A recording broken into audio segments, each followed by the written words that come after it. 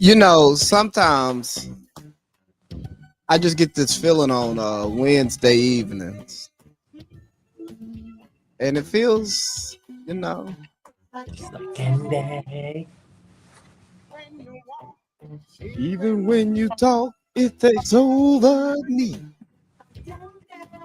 I promise you that there was no cocaine done in the production of this intro, guys, because we know that that's exactly what No, Cameo was talking about. But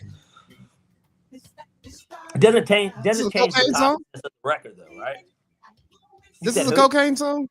This is a cocaine song. I don't know the way that it sounds. I've always thought that. I could be wrong though.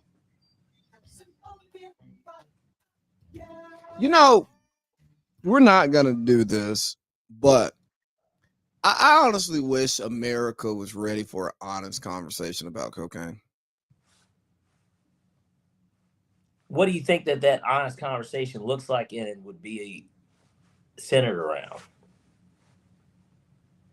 How recreational and common cocaine use is amongst all demographics in this country. Okay. I mean, because the black community is, oh nigga, you fuck your nose up. It's like I know some some highly functional people who use coke regularly. I also know some low functioning cokeheads. Just like I know some high functioning drunks and low functioning drunks. I know some high functioning potheads and low functioning potheads. When we start talking about the big three in substances, it's like booze, dope, you know, yeah, nicotine too. Yeah, nicotine, obviously. And then Coke, right? And the Mount Rushmore. Let's go for Well, it, right? my thing would be it's kind of like is sin, right? When it comes to when people talk about somebody's sin versus another sin, but if it's sin, it's sin, sin. Exactly. It's the same thing with drugs and anything else. It's like, well, vice is vice. It doesn't even have to be drugs, but vice is vice. Some people are addicted to porn. They can look at that as a drug. You can look um, at being addicted to sugar. There's some people that eat a lot of sugar, food. I mean, there are so many different ways that you can break this stuff down. And I guess it just depends what avenue you want to take it. But I agree that a conversation around Coke would probably And and really, probably, Pete, it's not about cocaine within itself. It's about all of these other outside factors for judgment that we place on people mm-hmm. that don't paint an accurate picture, right? Like we allow certain outside things that carry way more weight than it has in the evaluation of a human being, right? So that's more so what it's about. So I say, like, hey, let's not call people dope heads because they use certain drugs. Let's call them dope heads because they've allowed the dope to consume their life and they're incapable of utilizing a substance or a vice and still being a high functioning member of society, or not even high functioning, a functioning member of society. And it could be dope, it could be lies, it could be womanizing, it could be drinking, it could be gambling. You know what It I could be mean? Like, DV. yeah, well, DV is different. DV is always Well, I'm wrong. just saying there are some people that get Well, you know what? Honestly, there's a misogynist, then, maybe. well, no. Honestly, there's a real conversation around DV that can't be had because people are afraid to have it because it will make them appear that they are okay with DV. But it's like, hey, I can separate it and say, hey, if two people who came from domestically violent households end up together and they're domestically violent and they stay together, and you know what, they keep that shit in house and they still love each other and they want to be together. As much as it's not my cup of tea and I have an issue with it, as a guy with a failed marriage, who am I to tell them they're wrong? I just think as a society, we get too caught up in telling people how they have to live in situations that don't really affect them. I would Like, agree. so just being real, I'm against DV. And if you know me personally and you've talked to me about domestic violence, you kind of know where I stand and you know how, you know me. I'll just leave it at that. But if it's a couple with no kids and these motherfuckers go to work every morning and they fight when they get home, and then they go to work every morning, they fight when they get home, and they're the only two people being affected by it, again, the kids' things matter. If that's what the hell they do, it doesn't affect you or me. It doesn't. Right. Now, does it affect family members? It affects them as much as they allow it, because you have some families who say, well, maybe you should shut up. Other families would be like, oh, you should leave. Other families would be like, hey, it's your life. You're going to do what you're going to do. I have my feelings, but my feelings don't matter because I'm not in your shoes. I don't think anybody is wrong in their approach. Me neither, but I guess it gets to the bigger issue here. Somebody also in the comments just said, how high are you right now, AC? But shout out to you for listening, Singkoi 5102. We do appreciate, honestly, the viewership. It helps grow the channel. And again, we're just a couple of regular Joes here, but they did want to know how high are you. You do look like you could be a little blazed, but no, not at all. I know you're not, but like, you know, and we are talking about like drugs. And shit, I mean, yeah, we're talking about some risky stuff. Now, mind you, I disagree with domestic violence. I disagree with people allowing domestic violence. We got to put that out there. That should be understood. Has a channel like Vice ever done something where you're able to, like, can you imagine if we did a control group here, right? Let's say I put out a fat fucking line and I just did it here on live, and then you were sitting there just taking shots like every other second. And we're like, okay, we get a drunk host and then a coked out host. And it's like an experiment in itself, but we're doing what we normally do. We're talking about the conversation, and it's like, does it affect us? Like, and Vice would seem like the perfect group that would do it because they seem like they get into that type of field. But has anyone ever done that, even just like freelance? Like, I don't know, but the question would be not does it affect us, but how much does it affect us? And you'd like to have controlled conversations, right? Because now we're getting into like some of the nerdyisms, because unlike a lot of Black people in media, we come from academia first, so that's how we try to frame things.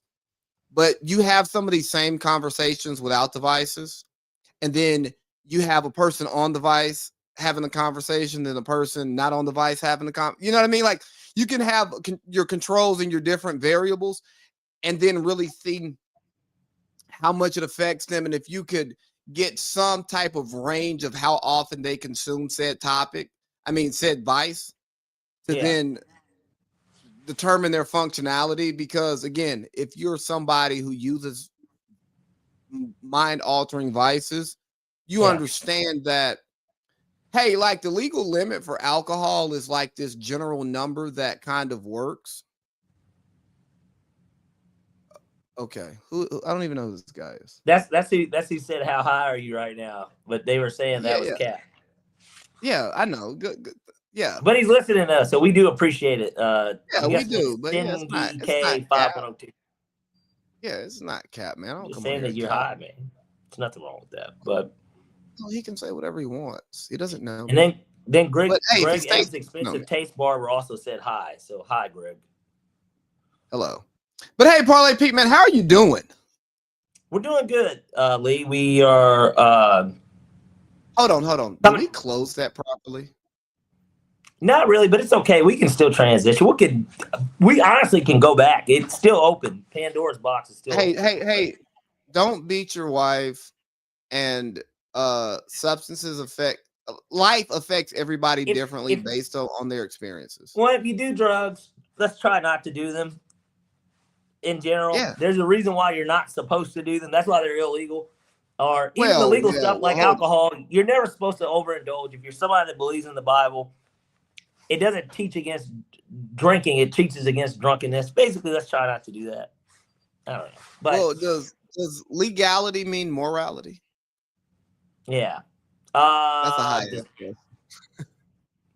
Does legality give more? Does legality mean morality?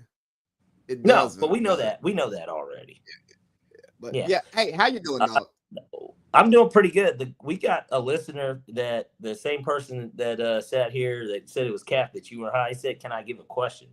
Go for it. Yeah, When you yeah, put it yeah. up, Go we'll ahead. get to it once you get to it. But just go ahead and ask. But Lee, I am doing fantastic. Obviously, this weekend we had my daughter's 6th birthday, so that's always really exciting. Somebody turning 6, yeah, big 6, and so 666. But yeah, it went pretty well. I had to bend my ass over in order to get the cake that I needed to get for her because it was almost impossible to find a K-pop cake, and that seems to be the new rage with that age group. It's not Mickey Mouse, it's not Bluey, it's not anything that you can name. It is, K-pop. So I had to find that K-pop cake. And you But it found went it. well. Yes, you Everything, did. and I was surprised. There were so many people that showed up, um, and I am thankful for the village that is beginning to be formed at her school. Honestly, it was about 20 something kids that showed up. Shout Oh, outs that's to, beautiful. yeah, man. I was surprised. I wish that we could have got the RSVP so I could know how many, because the cake, it ended up serving everybody, but like I just couldn't get everything that I needed. Also, shout outs to um, all the parents that did come through. I got to meet a lot of their parents. We had Yeah. a former Nickelodeon star that showed up. I'm sure you know who that is, maybe. No, I don't. Who? Oh, okay. Well, he was on what's the show with Britney Spears' sister? Zoe 101, maybe? He was the only nigga on the show, so you should know who that was. But I know him. I don't know him like that, but obviously he is friends with one of Couture's. They have children together. Well, I forget his name, honestly. His name's Chris, is his name. But Massey is his name because his brother was on That So Raven. They were both Oh, child. okay, okay. Yeah, okay. His brother is the fake Crip in L.A. Correct. And so he was there. Honestly, dapped him up. I hadn't seen him since we were at the club that night. But Club what night? I was at Tongue and Grooves the night I got drugged. Oh, Speaking of oh, okay. drugs, yeah, his section was right next to mine that night. It was during the NBA All Star weekend here in Atlanta. But yeah, Okay, that was the weekend. I was just making sure it wasn't a night that we were at Tongue and Groove and I missed something. No. It wasn't that night. It wasn't that night. That was the first time I had been since that night, though. That was the thing. And so, Apparently I did miss some things that night. yeah. But I But how didn't about get you, drunk. Harry? Yeah. How are you? And he's got his question ready. We can get to you first or the question after you. Hey, I'll tell you how I am, man. I'm good, dog. Just happy to be alive with a smile on my face, man. I get those two things every day. Everything else is a bonus, and if I get life, that means I get a smile. Let's get to a question from Sing Koi 5102. Which is Hey, more make sure you dangerous, being subscribe to high? me, dog. Huh? I said make sure you subscribe too. Oh yeah, please subscribe. Anyone that's watching this, but we're gonna go ahead and do this. Which is more dangerous, being high as fuck with weed or be drunk as fuck with alcohol? Because weed is illegal in some states, but alcohol ain't for all. Oh, And oh, then he oh, had a good. follow up that said, following that up, should they treat the same legality with alcohol as with weed? So Yes. I think we all agree that weed should just be legal anyways. But as far as alcohol goes, which is more dangerous, I think that we've seen more DUI, like fatal car accidents, right? But now it's hard to quantify it because that brings in a second statistic that doesn't have anything to do with it. Most people in America, most people die of car accidents. Like more people die of car accidents than anything. Now, Booze. all car No, accidents are not alcohol, DUI or alcohol like induced accidents, though, right? yo, you've been drunk as hell and you've been high as hell before. Which one are you a least functioning human being? Being Weed. boozed up. I am least functioning on weed because I'm ready to go to sleep. That's the thing with weed for me. Some people are more, they're mellow, but they're up. Like for me, it puts me to sleep. So like, it doesn't matter if it's sativa or indica. Like I go to sleep one way or another. So I think it's like anything else. It's just different with people, depending on who you are. Some people get so drunk that they're gonna fall asleep too, like a Josh Olsey. Like Josh Olsey, what does he do when he gets drunk? He goes to sleep. I am not somebody that goes to sleep when I'm drunk. No, he gets kicked first. He gets kicked out of the bar, then he goes to sleep. But this is what I'm saying. I don't go to sleep when I'm like drinking. So, but when I have weed in my system, I would say it's more likely that I would fall asleep behind the wheel if I've had weed in my system.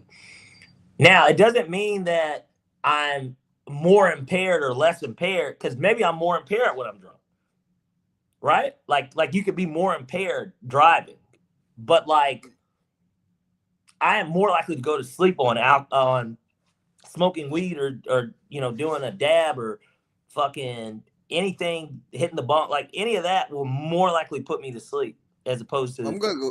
I'm gonna tell you, at our ripe old age, if you're still hitting the bong, we've got some problems. But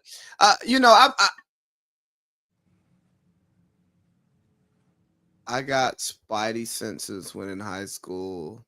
When I'm high. But he teleports when he's drunk, so it depends how it hits people. Exactly. It kind of just depends. I think it depends on the person. It depends on the person, and I think a more focused question would be for avid users of both. What you know what I mean? Which impairs you more or whatever? And if there's somebody that's balanced enough with it, because most people think about it, there are some people that don't drink at all that will smoke. Then there's people like me that I guess I will smoke, but I don't smoke. Like I don't buy weed. Like I don't smoke at all. I will smoke, but I don't smoke. Parlay Pete, do you think I'm a good person to answer this question? Yes. I don't know if you're 50-50 though. I'm about as close as you can get. I think that you can smoke and not drink. Oh, absolutely. I can drink and not smoke too, though. Yeah, I know, but I feel like at least the last few times we've gone out, it's been more of I've got some weed on me. And hey, we're on a podcast, man. We'll be okay. Hopefully the AI doesn't cut it up. If not, you can delete it. I'm not. Right? I'm not. I mean, if you don't want this to be out there, you can delete it. Hey, you are being recorded right now. This will be clipped up and put on social media. Damn, I gotta follow my own sword. You should get that to have this as a viewer's discretion. that whole 9. Yeah.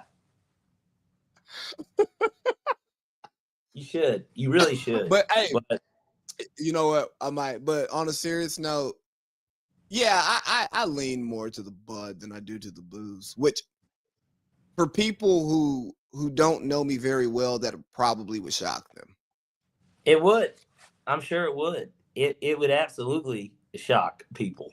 DUI is DUI. I'm supposed to whichever always. My homie still believes you just hit some before the man. He's saying you're high. That's what he's saying. I'm assuming that this is a he.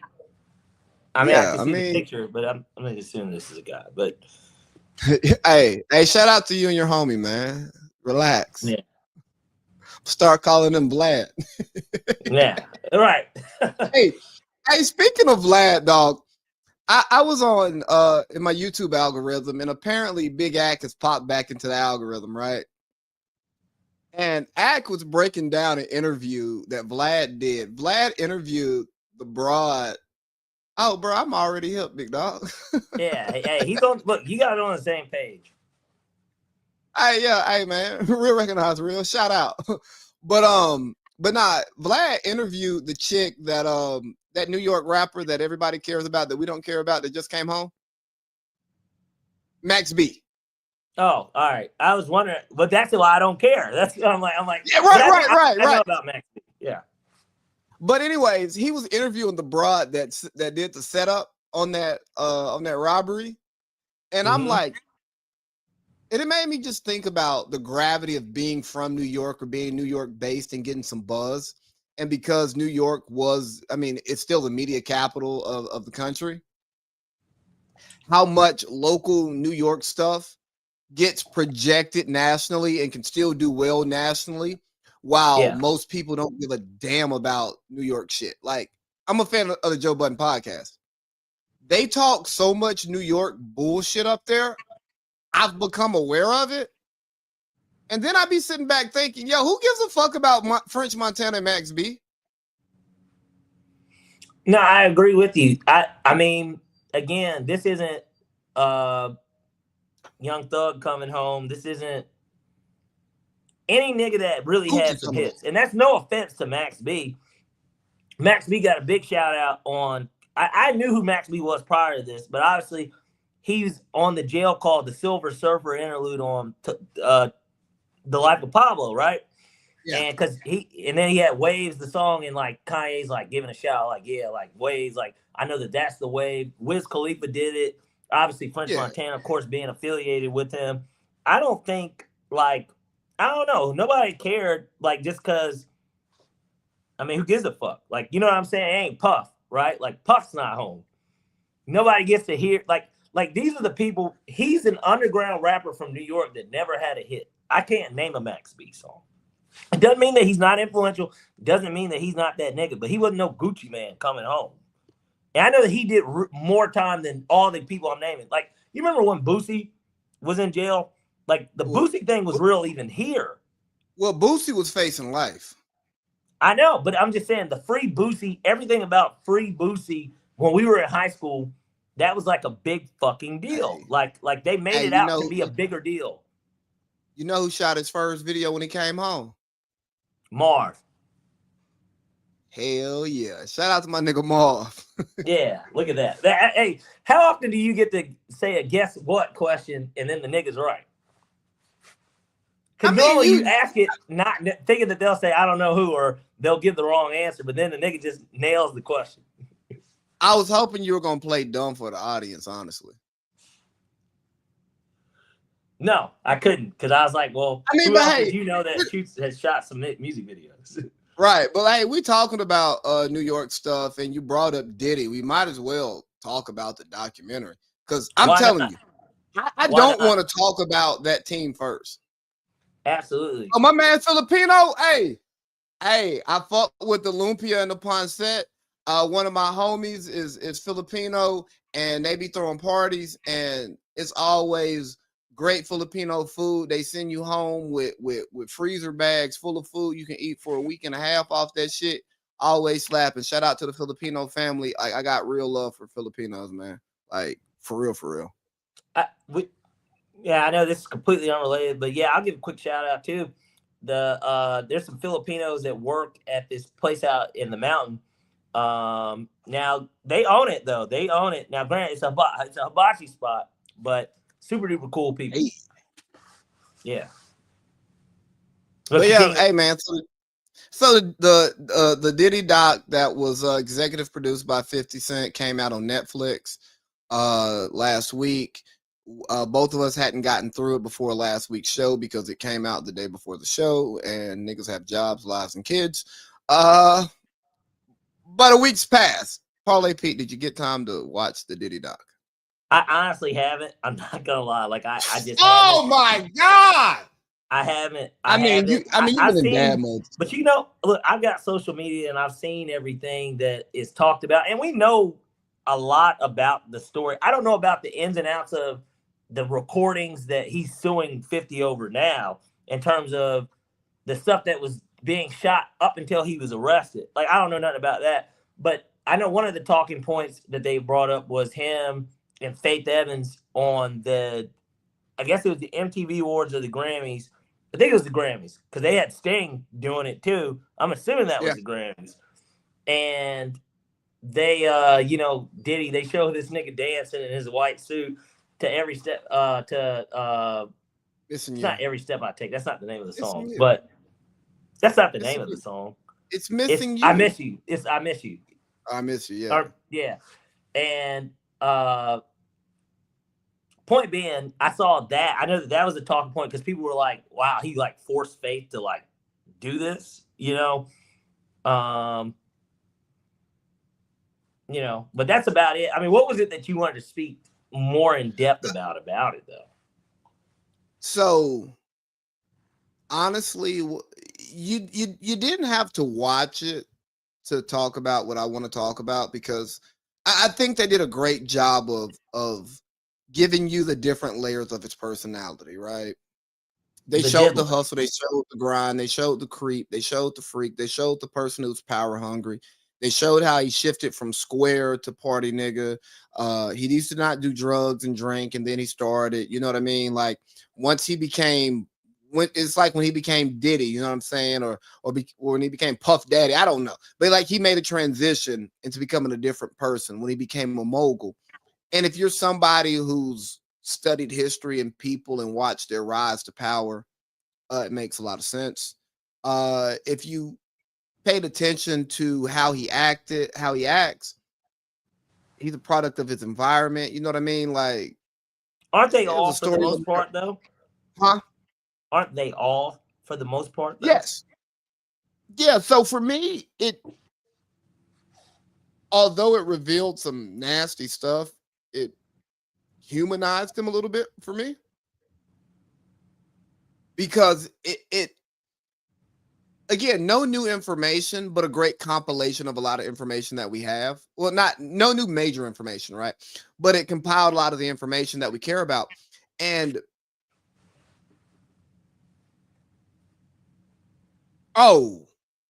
see, yes, I was gonna take it there.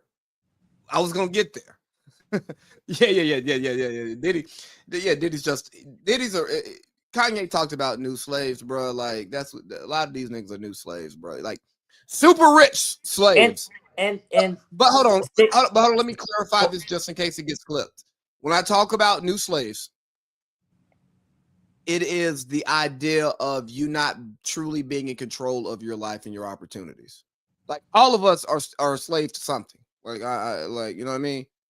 If you on the rat wheel 9 to 5 and build a bill, you're a slave to your job. But same thing with these rich people, bro. Like they get the life, they get the status, they get the money. Level. Yeah, they have to maintain it because they're not actually in control of what they do. But anyways,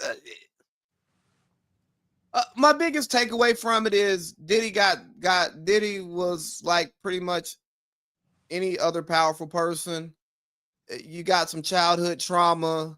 You're not as cool as you thought you were, as you wanted to be. So you started doing the cool shit. Then you figured out that the cool niggas ain't the wisest, ain't the smartest. They just cool.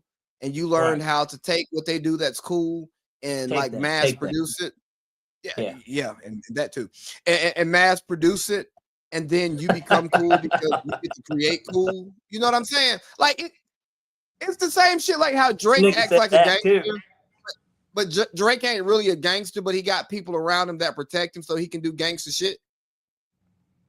Same thing with Diddy, and then he just becomes the cool guy, and he gets sick and drunk with power, and then you throw in his odd childhood trauma and some of the people who are around him and the stuff that they did in business and what he was taught, and you get this monster. Honestly, it all makes sense. But the funny part about it is niggas like Gene Deal. Because the money wasn't right. I think you wanted to talk about Gene. Now, what is he in it? No, I assume so. No, you just look at his Art of Dialogue or Vlad interviews. Oh yeah, Art of Dialogue, because he was on Art of Dialogue the next day, because he had to let him know that the money wasn't right. But that's how he gets paid. That's okay though. Like I'm not mad at him. Like it's kind of like it's kind of like the nigga that used to record everything for Rockefeller. You know what I'm talking about? It's this dude. He be doing shit too. He be talking about Jay all the time. But yeah, so Gene Deal just be talking, and that shit is funny. But so many different conversations about this, right? Did you see the street guys mad at 50 for participating in this because they feel like that's rat behavior? Who are the street guys? I think Ja Rule started the conversation, and then Dame Dash. He had some input. Oh, you're saying street guys in rap, not just like street niggas. Yes. Yeah, Okay. yeah. No, I didn't. Dame I Dash, didn't see Ja any of Rule. it, but I just didn't know who you were talking about. Yeah, I mean, I'm not talking about the niggas I work with at the warehouse. No. I mean, I figured, but I'm just saying, man, Smack DVD used to be real. I didn't know if they made a comeback, and it was like Gilly out in Philly with like a bunch of niggas talking about Wayne and how he don't write his lyrics, like in 05. I didn't know if they were bringing that back. You think I'd watch that?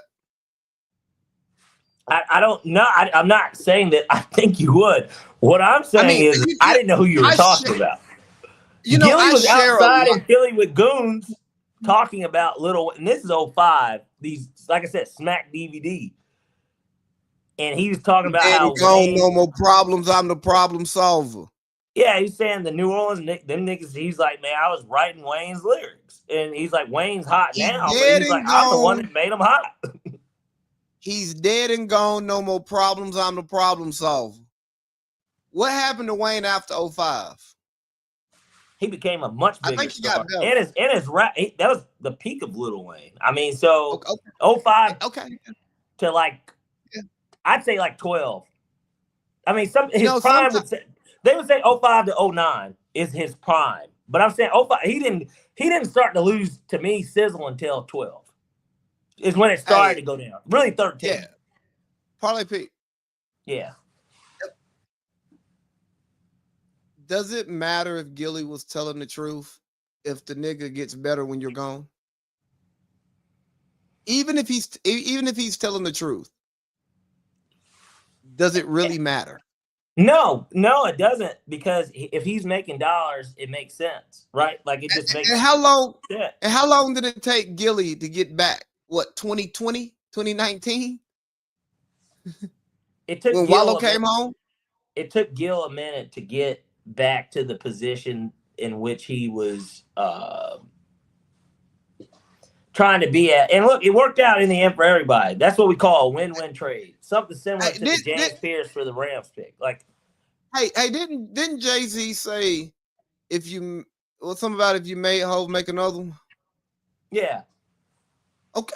So he heard motherfuckers say they made Hov, and he said, okay, so make another Hov. Yeah. So you picking up what I'm putting down, but back to this whole thing is my biggest takeaways. Well, you had the street conversation about 50 Rat, and I think that's an interesting conversation because he quote unquote comes from the street, but now he's in. I mean, he's corporate. He's corporate. So when do you shed that? Do you shed it? Should you shed it? I know your answer on that, but then also off of that ratting part, at what point does the black community apply? And again, I'm not saying other communities don't. I'm only speaking to the black community because that's a community that I'm in, and I'm comfortable speaking on it. At what point? Shit, I lost my train of thought. Oh yeah, sorry. At what point do we start giving the criminal, the bad actor, more attention than the snitch? Because I'm not into snitch culture unless your freedom is affected by it. That's one thing. I also don't think somebody compiling stuff that's public knowledge, that's like public record. Damn near everything that was in that documentary is public record or has already been publicized. I don't call that snitch behavior. But like, I also don't believe in just telling on somebody when it has nothing to do with you. If you are unaffected by something, why are you talking about it? It's none of your business. Now, if you're affected by something, do what you need to do. It's best for you. And if you're involved, I would think that you would be accountable for your actions. Correct. But again, my bigger question is, why does our community point a bigger finger at the snitch than the offender? And how can we get out of that? Like, how can we start holding niggas accountable for fucking up and really just get out of this street mindset? Because, the streets are pretty much defined by poverty, death, and prison. Correct. So if niggas grow up in the streets trying to get out of the streets, why would we then project to the mainstream that people should follow the street code when the whole goal is to get out of the streets? Like the streets isn't a good place to be, whether it's gangster hustling streets or even if you're a man, you get to a certain point in your life, well, it's time to get out the streets and get you a, get you an old lady. You know what I mean? Yeah. So those are the things I want to put out there and let you respond to it and see where that conversation takes us. I just think that all in all, everybody can look at a guy like 50 and say to themselves, like, now it's deeper with him too, to a degree. And I know that he did the interview. Was it Robin Roberts or who did he do it with?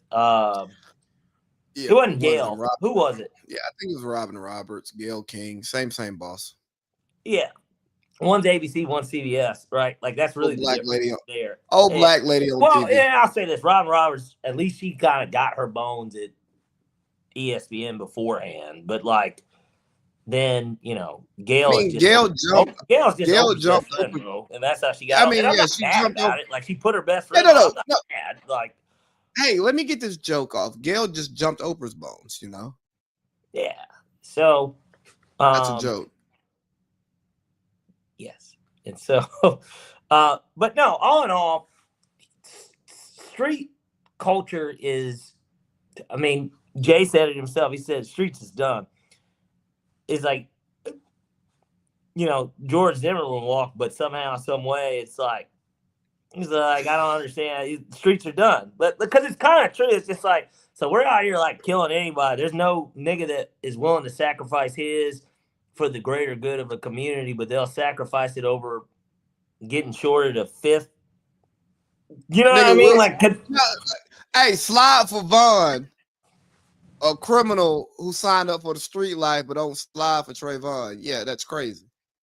Yeah, exactly. And so, to me, shout out to Charleston White. That shit gets thrown out one way or another on my end. And I'm not a street dude, never been in the streets. But what I do know, I can say I've certainly come in contact with some street people. Obviously, like many others, not to incriminate myself because it doesn't really matter. I have once upon a time in my life known people that do things illegal.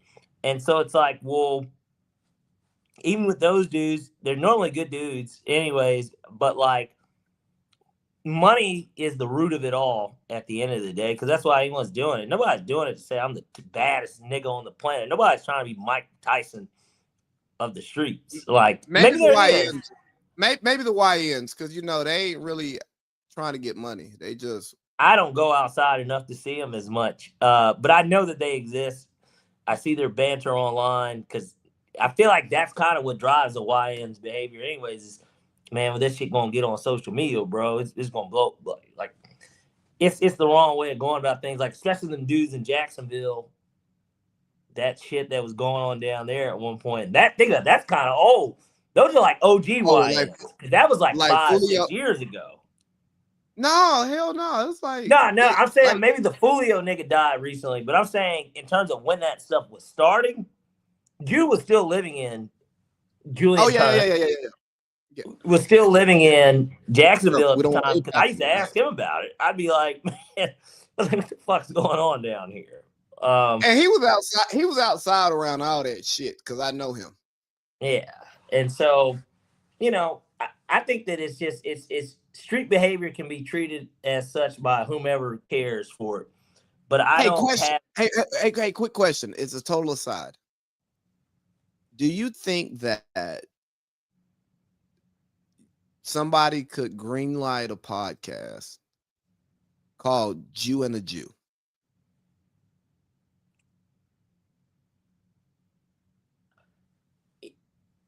And it's Julian Turner and a Jewish person who have a good relationship with each other, but can have honest conversations with each other about life. And really, it only has to be 30 minutes too. Well, it can't be longer because it won't get ad dollars. Well, but they could just go for 30, and like it literally be a sparring match on topics. Whatever it is that. Yeah, and they could go 3 rounds. It could be 3 different topics, 10, 10, 10. However you want to do it. I think it will work because he's a very he's a very strong-headed person in terms of what it is that he believes. So like, and guys, Julian is not anti-Semitic by no means. no. That's not what we're No. saying. Right.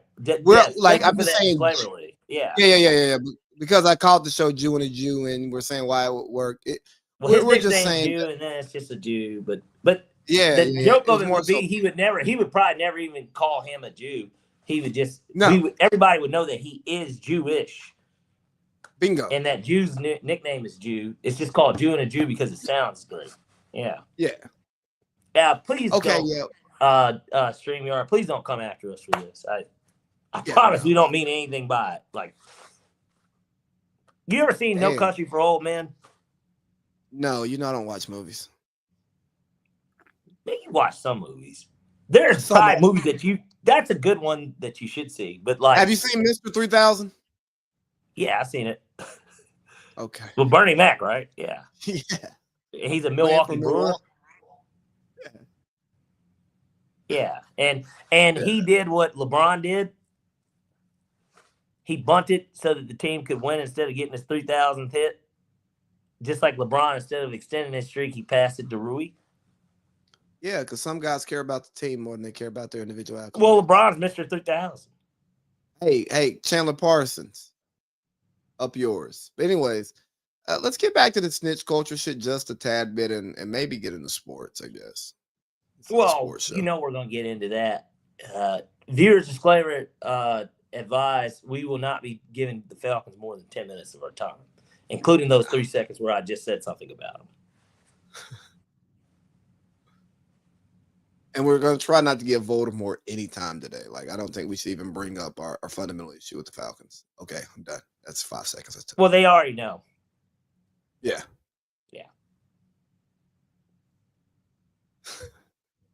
So you want to talk about them? Oh, you want to get to it now? I thought we were going to close out the whole. I mean, no. I'm just saying we had that awkward silence. So I was just like, no, I thought you said that you were like, let me close this out. But yeah, no. Oh no, I was gonna let you close it out because I've talked a lot today.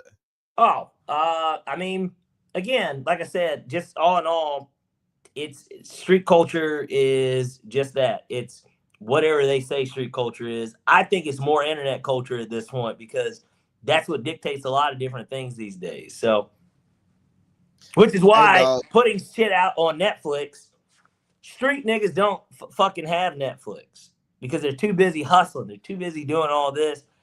They don't have the money to do it, and that's why they have to hustle because they're in these bad environments. They're not rich niggas because rich niggas aren't in street culture. So that's kind of like you want to know what's juxtaposed. Like, you want to hear something so funny? Since moving back to Cartersville and interacting with people who I have not interacted with in years and interacting with, just different groups of people from different life experiences that are not similar to the life experiences of my friends from college and the military. Mm-hmm.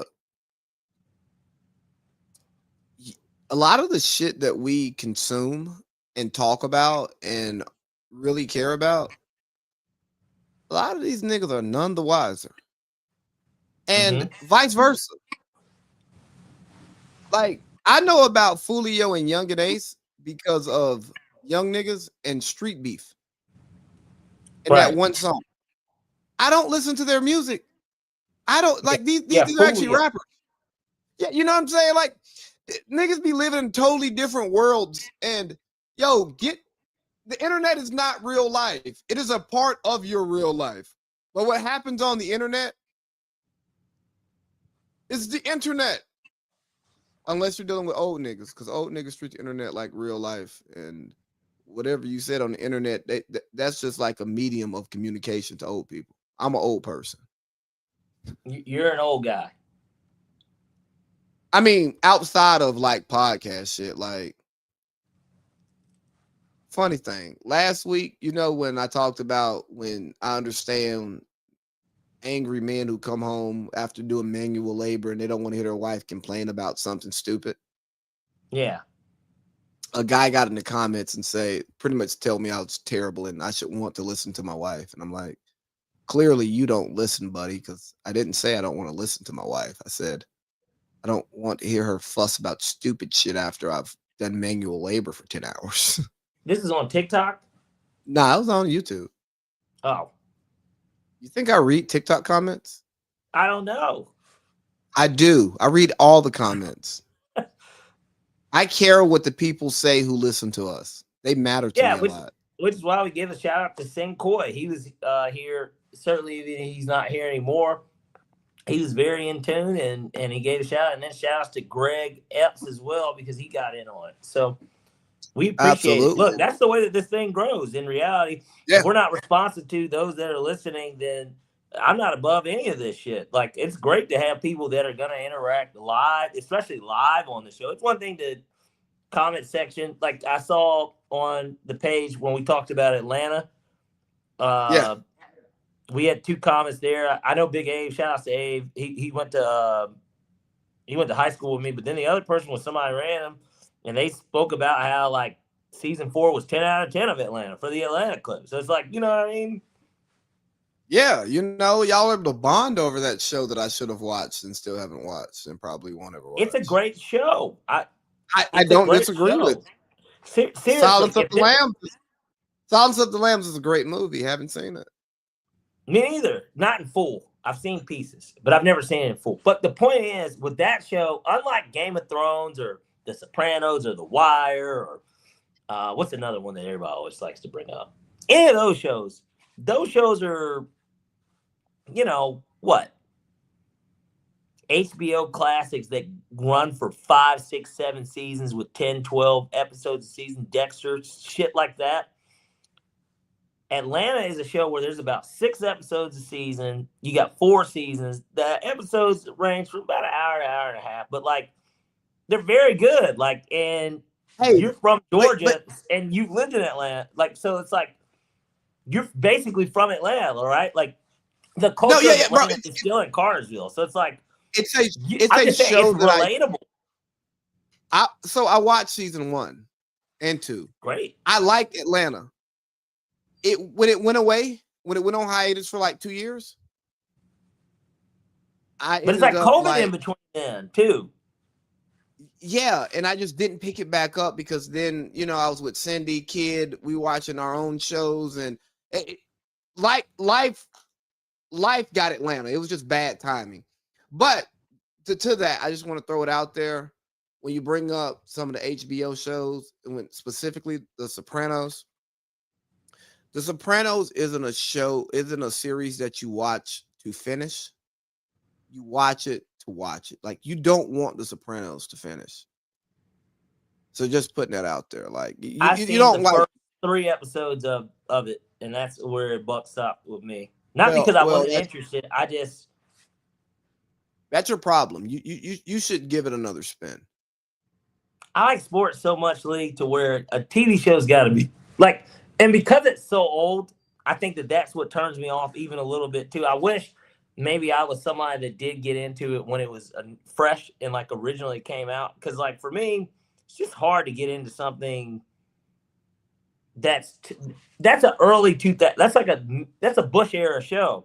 Yeah, but it's because it's a mob show. It's not dated. Like, clearly it's dated in the setting that it's in, but you know, like, mob culture is always past time. They're in New Jersey, right? Yeah. Like, we don't talk about present day active mob activity because then that would expose the mob, and that's why New York costs so much. And but let me shut up. It's because it's mob and you expect it to be later on. It still plays really well. I got into. I'm trying to think. I got into it during the summer, off season, and then I had to stop watching it because, well, after the papers get signed, I can tell why I stopped watching it. Okay.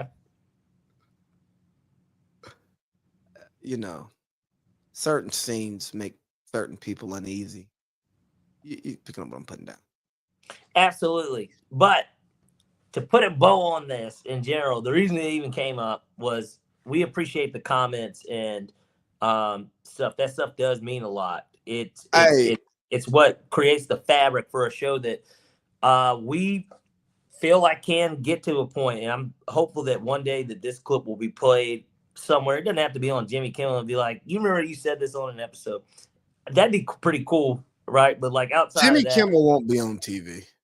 No, who knows? Well, he just got renewed for one more year. No, Okay, but he might have something eventually. I don't know. Look like Grayson Allen and J-Dub about got into it. They have each other's face like they're about to make out. I don't know. I wasn't even paying attention. So they're not that close. Well, no, I looked down and there was just a bunch of people on the court and they were getting separated. And then I saw they were the two most hyped individuals, so it was between them. But you know, they don't give us the good replays anymore to see what happened because everybody's in bed together. Of course. Give me literally 15 seconds. I'll be right back. All right. So while Parlay Pete goes away and hopefully comes back, man, I got to kind of riff here. And one of the things about riffing is you're not supposed to tell people you're riffing. You're just supposed to just lock in and go. But I like to be transparent with you all. And in this moment of transparency, I'm only explaining my riffing because I have no idea which direction I want to go in. So I'm just buying myself time to come up with a complete thought that I can talk about until he comes back. So with that, we love the support. And yeah, we're trying to build something, man. And I'll tell you what we're trying to build. We're really trying to build a community, a Washington winning community, people who enjoy what we talk about, enjoy our dynamic, our friendship, people who want to get invested in the fantasy league, people who want to get invested in the stories we tell about ourselves, the narratives we paint about our friends who do show up on this podcast from time to time. We just want y'all to feel like you're on the stream with us, you know, so we're all like washed and winning together. And, you know, part of the title being washed and winning is that we're excluding some people. You know, if you're losing, we're not trying to appeal to you directly. Now, right. We'd like to appeal to you and we'd like to get you on the winning team. You know what I mean? If we can. But if Washington winning turns you off, you know, that's okay. If you're a YN, y'all aren't washed. So y'all don't relate with the wash either. Well, no, but we're not talking to the YNs yet. We're talking about the things we want the YNs to pay attention to. But then if they pay attention to that, then they won't be YNs anymore. So we're not really talking to YNs. If that or maybe it's their time to transform into, you know, it's like being a caterpillar and then, you know, becoming a butterfly. Yeah. Maybe it's their time. Well, well, apparently they've given up the Nike Tech Fit and now they're wearing quarter zips. And I for one, am not a fan of the YNs wearing. This gets back to our streets conversation. I said, it seems like to me it's an internet battle because that's what that is. That's the internet. I haven't seen any white. Let's go to the West End if you're free. I don't know what you're doing this weekend. I am free this weekend, Lee. I actually planned to text you at one point today at work, but you know I can't text at work. Let's set up to say, hey, let's get wild this weekend. Pause. So let's do something Friday. Football is at like a minimum. I'm talking about like there's no college on. Really, the Heisman thing is like this weekend, which I guess. Hey, we got Army Navy. You better relax, buddy. Yeah, and well, the under, right? I mean, but hey, look here. If you go watch Army Navy with fans of those schools, it's a great experience. That's all I'm going to say. Great experience, huh? Yeah, the experience. Not a great game, but a great experience. Okay. Shout out That's to all my we're on niggas. the same Hey, page. but hold on. Shout out to my niggas who played in the Army Navy game. My friends never lost the Army. Shout out to them and roll whatever y'all say. Shout out to the midshipmen. Shout out to what roll goats. Yeah. Shout out to the tradition. Shout out to Roll Rick. goats, huh? Yeah. Shout out to Rick, Chew, How's that say? Duval. Dobbs. Yeah. Duke, WAP, Jabari, Mad Dog. If I missed you, my bad. But they're my niggas. So As I say, you got a bunch of them. oh yeah, I'm honorary. Honorary. Let's talk about these unhonorary Falcons. I know that was terrible, but who gives a fuck? I'm not greeny. Well, Do you want me to play it? isn't- I don't even think we're here. Nah, man. I think that thing, we won't hear that until next year. And that depends on what happens in the off season, if we'll even hear it next year. I mean, I already told you. I said if Zach Robinson is here, I had seen it because it popped up in my feed. If Zach Robinson is the head coach, if he's the offensive coordinator of the Atlanta Falcons next year, I can say you might have to find a partner, or at least we just can't talk Falcons at all, because I'm not going to do this. I'm not doing this Falcons thing anymore. Things aren't going to change, and isn't this what this ultimately comes down to, Lee? Don't we just want 1 Yeah, that's all we want. Isn't that all we want? We want a Super Bowl champions hat that says that, hey, we are the champions of the world. And we can't seem to get it. Hey, let me tell you a great story about this apparel thing, right? Mm-hmm. So the apparel goes. I'm looking at what you just sent me. I'm sorry. The apparel goes out early to the stores. Yeah. So at my other job, we had Georgia SEC championship apparel in the store and before Bama. Saturday. Right. And Bama. No, we didn't have Bama because so they never expected Bama to fucking win. No. Our store is regional. So now in Montgomery, they had the Bama shit. But we don't carry much Bama, if anything, because I went there before I worked there looking for a UT hat, and I couldn't find one. Yeah, they were probably just like, he's like, why don't you fucking lily frog your ass on up to Knoxville then, hippie boy? I mean, bro, it is hard to find UT gear in this state. You should want the classic shit anyways if you're gonna wear that bullshit. Well, I wanted just the classic orange. Quarter zip? I have one of those. I know, but did you want another one? I want a few more. You can never have too many of anything. I mean, ask me. I've got so many hats, Lee. I want a few more. I want a few more UT quarter zips, and I want some more Morehouse quarter zips. And I think I want to start getting into some of the vintage UT hats. That's where I'd go.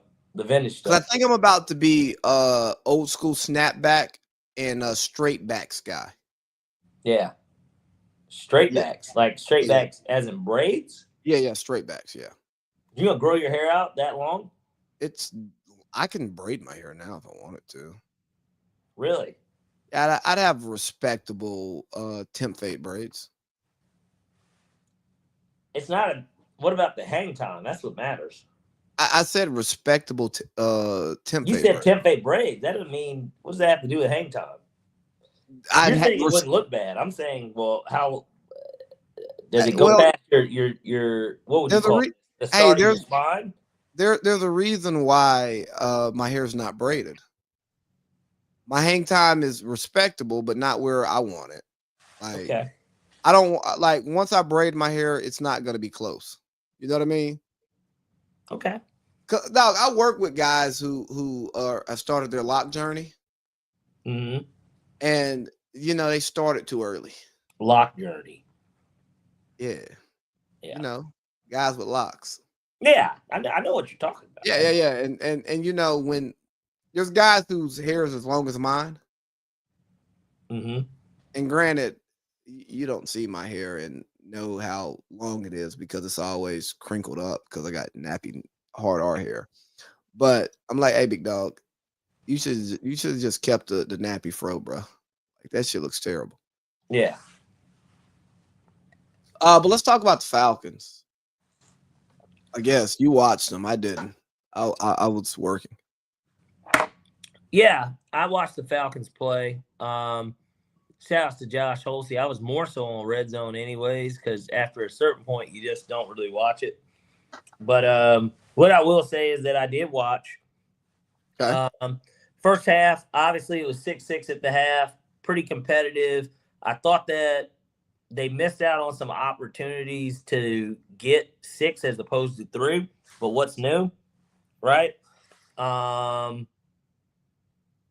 They were putting pressure on Sam Darnold, and we talked about this last week, that Sam Darnold was kind of just like how Daniel Jones, which we'll get to that whole thing too, but like Daniel Jones, they kind of started reverting back to their old selves, and you could see these turnover-prone quarterbacks that you can get to that will cough it up, that will give you an incoherent type interception play. These were things that were possible in this game because of where Atlanta ranks, not just in sacks, but in pressure rate. Enter James Pierce, enter Jalen Walker. Like these are things that were possible. And that was how the whole first half played. Then you kick off the second half with, again, the thing that probably lost you the Jets game, a special teams blunder. Rashid Shaheed, former Saint, embraces the villainous role and runs one back it was the longest play of the year. So that should say enough in itself. They kick off that way. We get the ball. Kirk goes 3 and out. They get the ball. They go down the field. JSN gets in. Shouts to him. We'll get to fantasy football as well. And our Nothing important happened last this week week. in fantasy. I mean, I scored 146 points, Lee. I looked at you guys as teams. I know maybe you didn't. It didn't matter if you guys set your lines how you wanted. I would have outscored. I had like 115. You played well, but I would have beat anyone. Well with no defense. It doesn't matter who the fuck I would have played. Oh yeah, no, you went crazy. I checked. Do I play you this week? No, you got Nico. That's which right. Nico's got some tough matchup. We'll get to fan. We'll touch on that. But point being, yeah, Seattle looked like the team that they are. They're a 10-3 football team. We are what are we? We are 4-9. I don't know. Bad. They're a 10-3 football team. We're a 4-9 football team. We've lost 7 of our last 8. Our coach has the lowest winning percentage in the NFL of all current coaches. Hold on. I don't want to miss anything. We have a fair weather fan base to begin with, and at this point, it's actually warranted. I wouldn't be showing up and cheering for this shit either. I mean, that's why. I mean, look, I haven't made any effort to really go to a game outside of. I guess I was at week 1, but like, made no effort to go to games.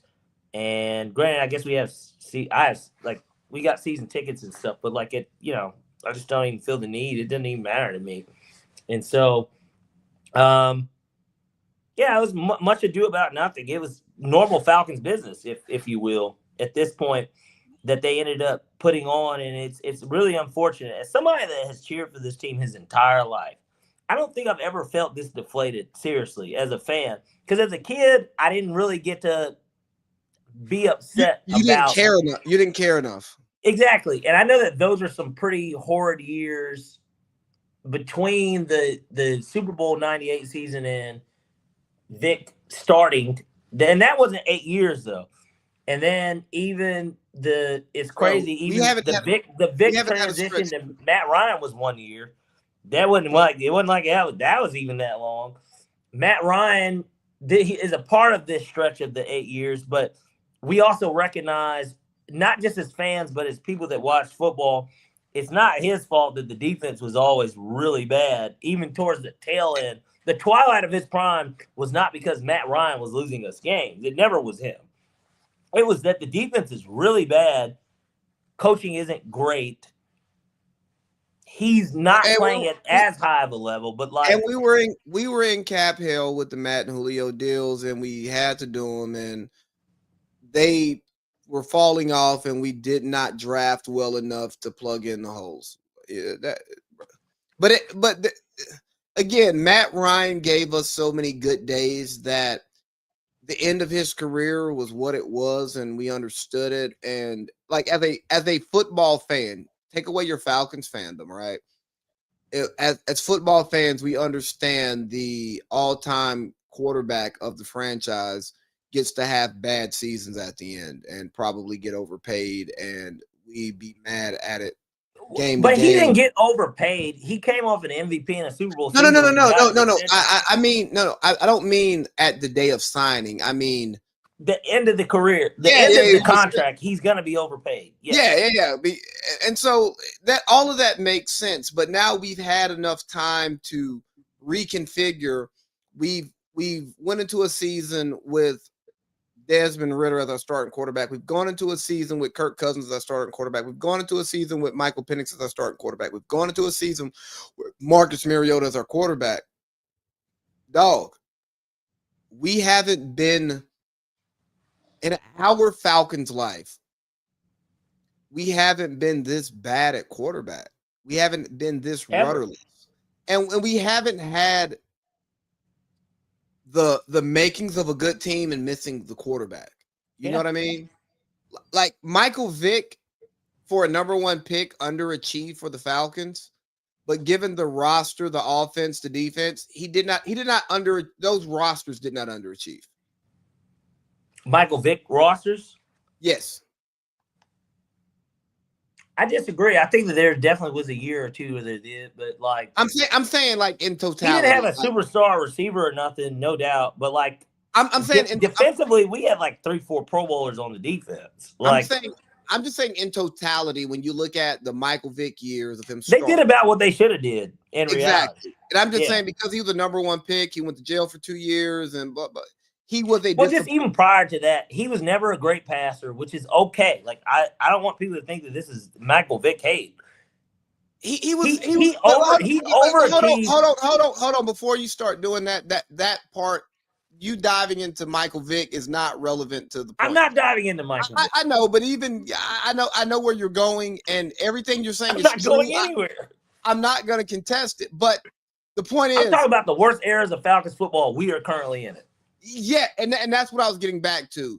Like Michael Vick, he did what he was supposed to do given the teams that he had, right? Like we were in the playoffs-ish. We were consistently in the playoffs with Michael Vick. We were consistently in the playoffs with Matt Ryan till it got bad. Well, we weren't consistently in the playoffs with Michael Vick. We went twice. How many years? In 6 years. Yeah, consistently, bro. Once every 3 and that doesn't include his rookie year.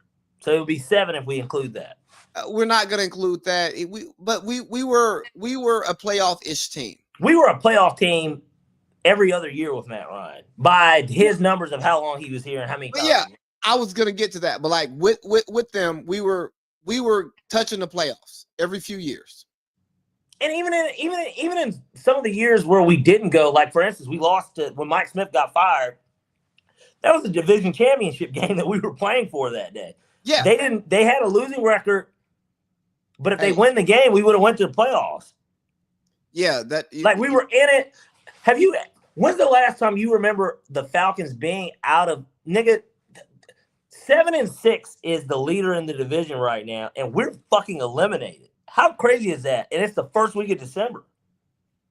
Yeah. Like, is that not insane? Like I know I'm not taking crazy pills. Like you might be taking crazy pills, but they're not showing on this point. This is ridiculous. Yeah, this is ridiculous. Yeah, it is. It is. I think that's where we leave it. It's ridiculous. We are a bad franchise, Lee. The Jets are the only team in the NFL with the longer playoff drought than the Falcons. Are you fucking kidding me? Yeah. We're a bad franchise. We're second in command. We're VPs of bad football in the NFL. We are. No, I'm serious. Look it up. No. We have one of the 10 longest streaks of the 4 North American pro sports, major sports leagues.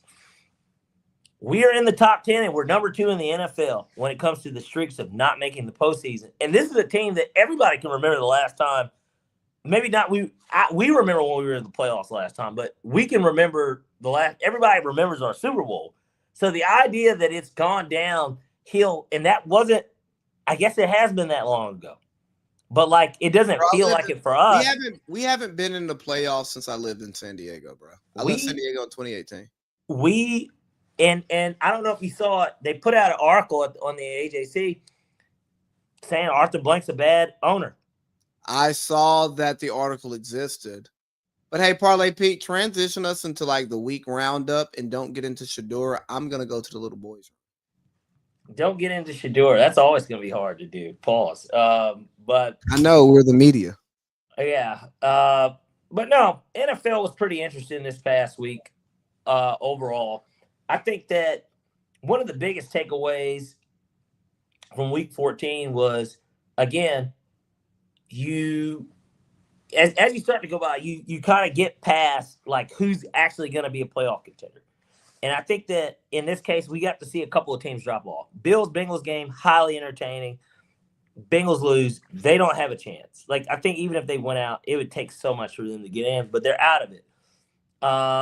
You look at this. You look at a team like the Dolphins, a success story, a team that was supposed to be dead in water because the Falcons were supposed to beat them when they played them, but they didn't. Now they brought it out 5 of their last 6. You look at a team like the Bucs, not encouraging. They lost to the Saints. Saints aren't a good football team, guys. I mean, that's the one team the Falcons have beat their last 8 games. Bad football team. Then you look at the Steelers-Ravens. Aaron Rodgers shows a pulse. Mike Tomlin shows a pulse. They win the game. Very crucial and important game. Like, I mean, that game's going to be huge. Broncos-Raiders.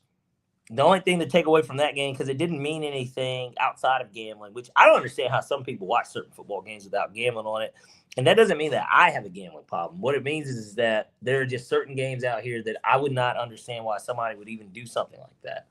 I couldn't watch a certain football game unless I did have money on it, and that was one of them. But that was the one reason why we're going to bring this up, is because in that football game, a field goal was kicked at the end, and it changed the outcome of a lot of different bets.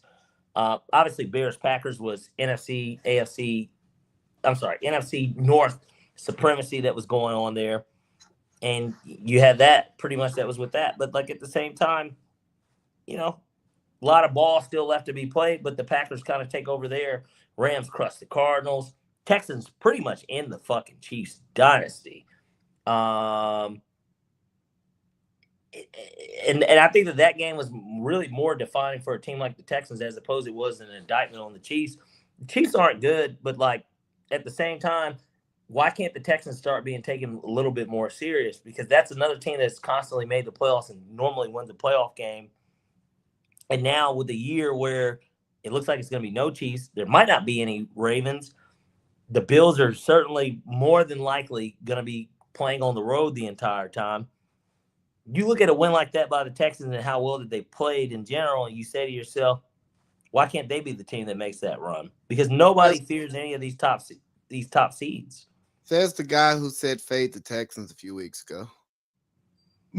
Man, because I watched them. Who was that they played? I don't know. It's a primetime game because you know that's all I watch. It was them at Seattle, but you did not how good it cost me such a nice win, Lee. And so, but no, I said fade them because offensively, I think their offense still low key does fucking suck. I think C.J. Stroud looks a little bit better, and Nico Collins is obviously looking better. They're looking better. And look, for what it's worth, Seattle's 10-3. They are tied for the best record in the NFL. So they played one of the best teams in the NFL on the road. It just seemed like it was a lack of care of that game.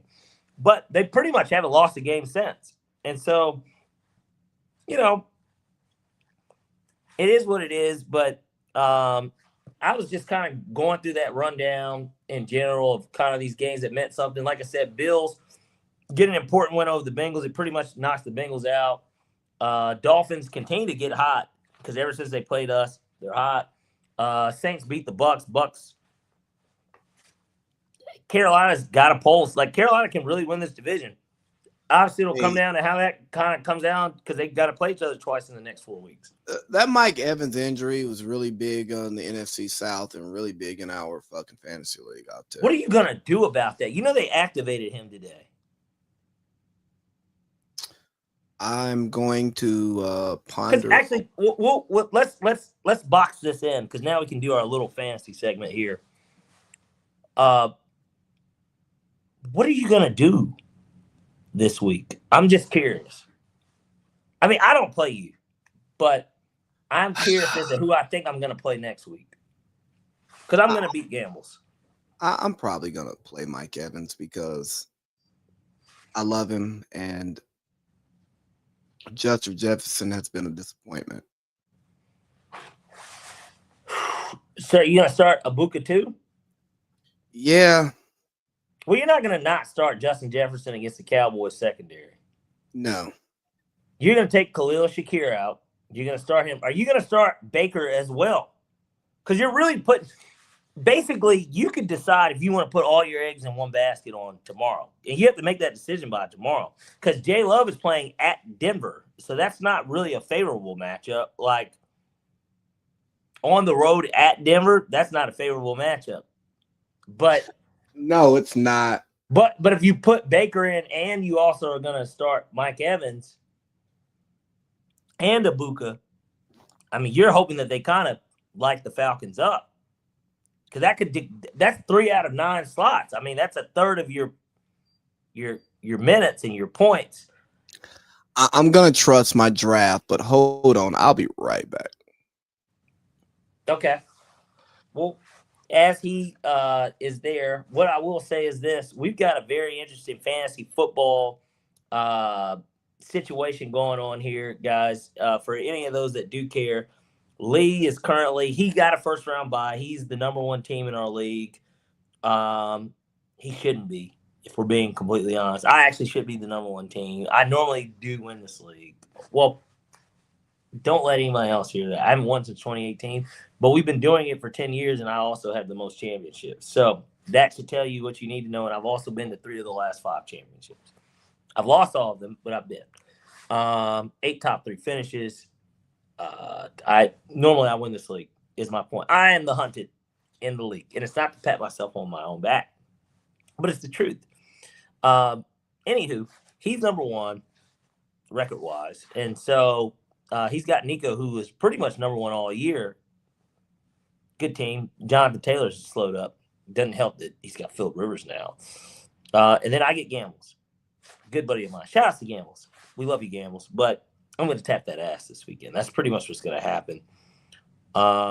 Gambles has a good team. I feel like really me and Gambles' match this week is basically going to be our championship. That's just my opinion when it comes to the fantasy matters. And I think that it could go a lot of different ways. But I think that when it comes down to it, it's going to be kind of down to me and him. And that's why this matchup is so important. But we want to see what Lee is going to end up doing. That is my biggest thing. Is Lee going to be able to hold it together against a Nico team that is kind of battered? I mean, he might not have a T. Higgins. I was really hoping that there was an opportunity maybe that I'd be able to play Justice. But I don't, obviously – you got been packing, huh? Yeah, I mean, at the end of the day, Justice, his running backs didn't show up.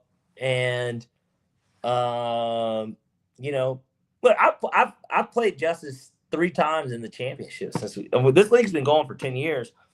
So, of course, I'd love to see Justice again in the championship. It's always nice to get to that point. I mean, it's just like anything else. If any brothers face each other in an NBA Finals, like, when it's our cousins, like anything, everybody would love to have that. It's a great storyline. I mean, we could get that this year with the Thompson twins. Exactly. That's totally possible. I don't think that it will happen because no, me neither. Houston's not gonna go. But my point is, why you stepped out there just for a second was that we got an interesting semifinals weekend coming up here. I'm happy Matt got beat badly.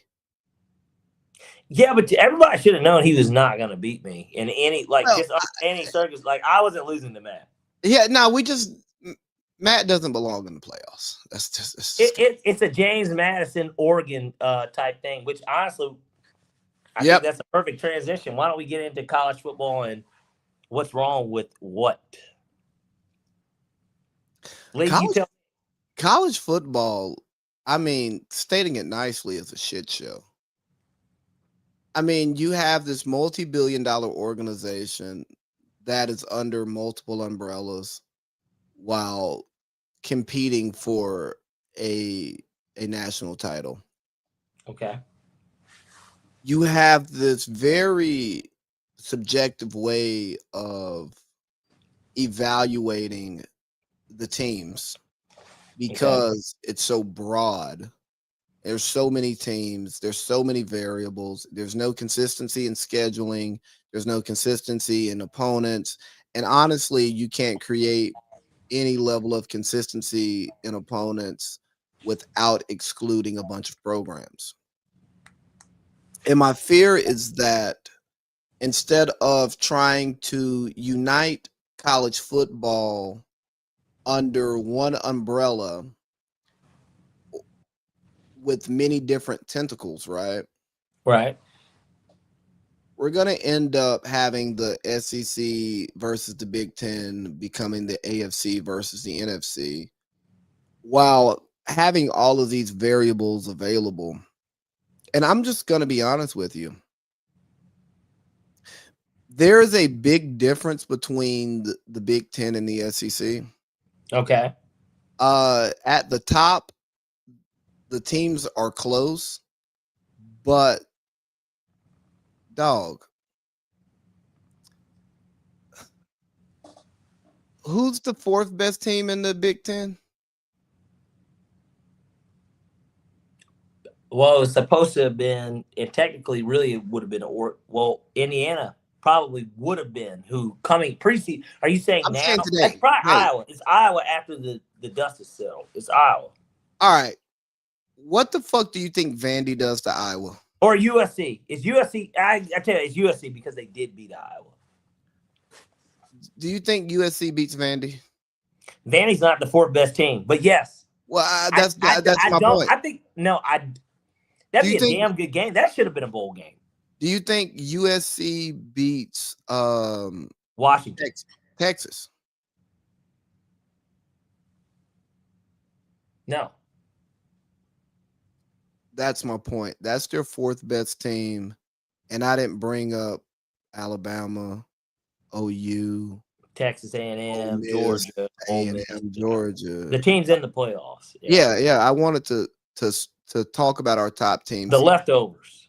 Exactly. I want to compare our leftovers to their leftovers. And we had a bigger plate. And only because we kind of spoiled it a little bit, we talked about this in pre-production. We agree with the rankings. What's the biggest issue with this? And I don't want this cookie cutter ass. Obviously, all right. So non-power fives in, but like, what's the actual issue with the playoffs?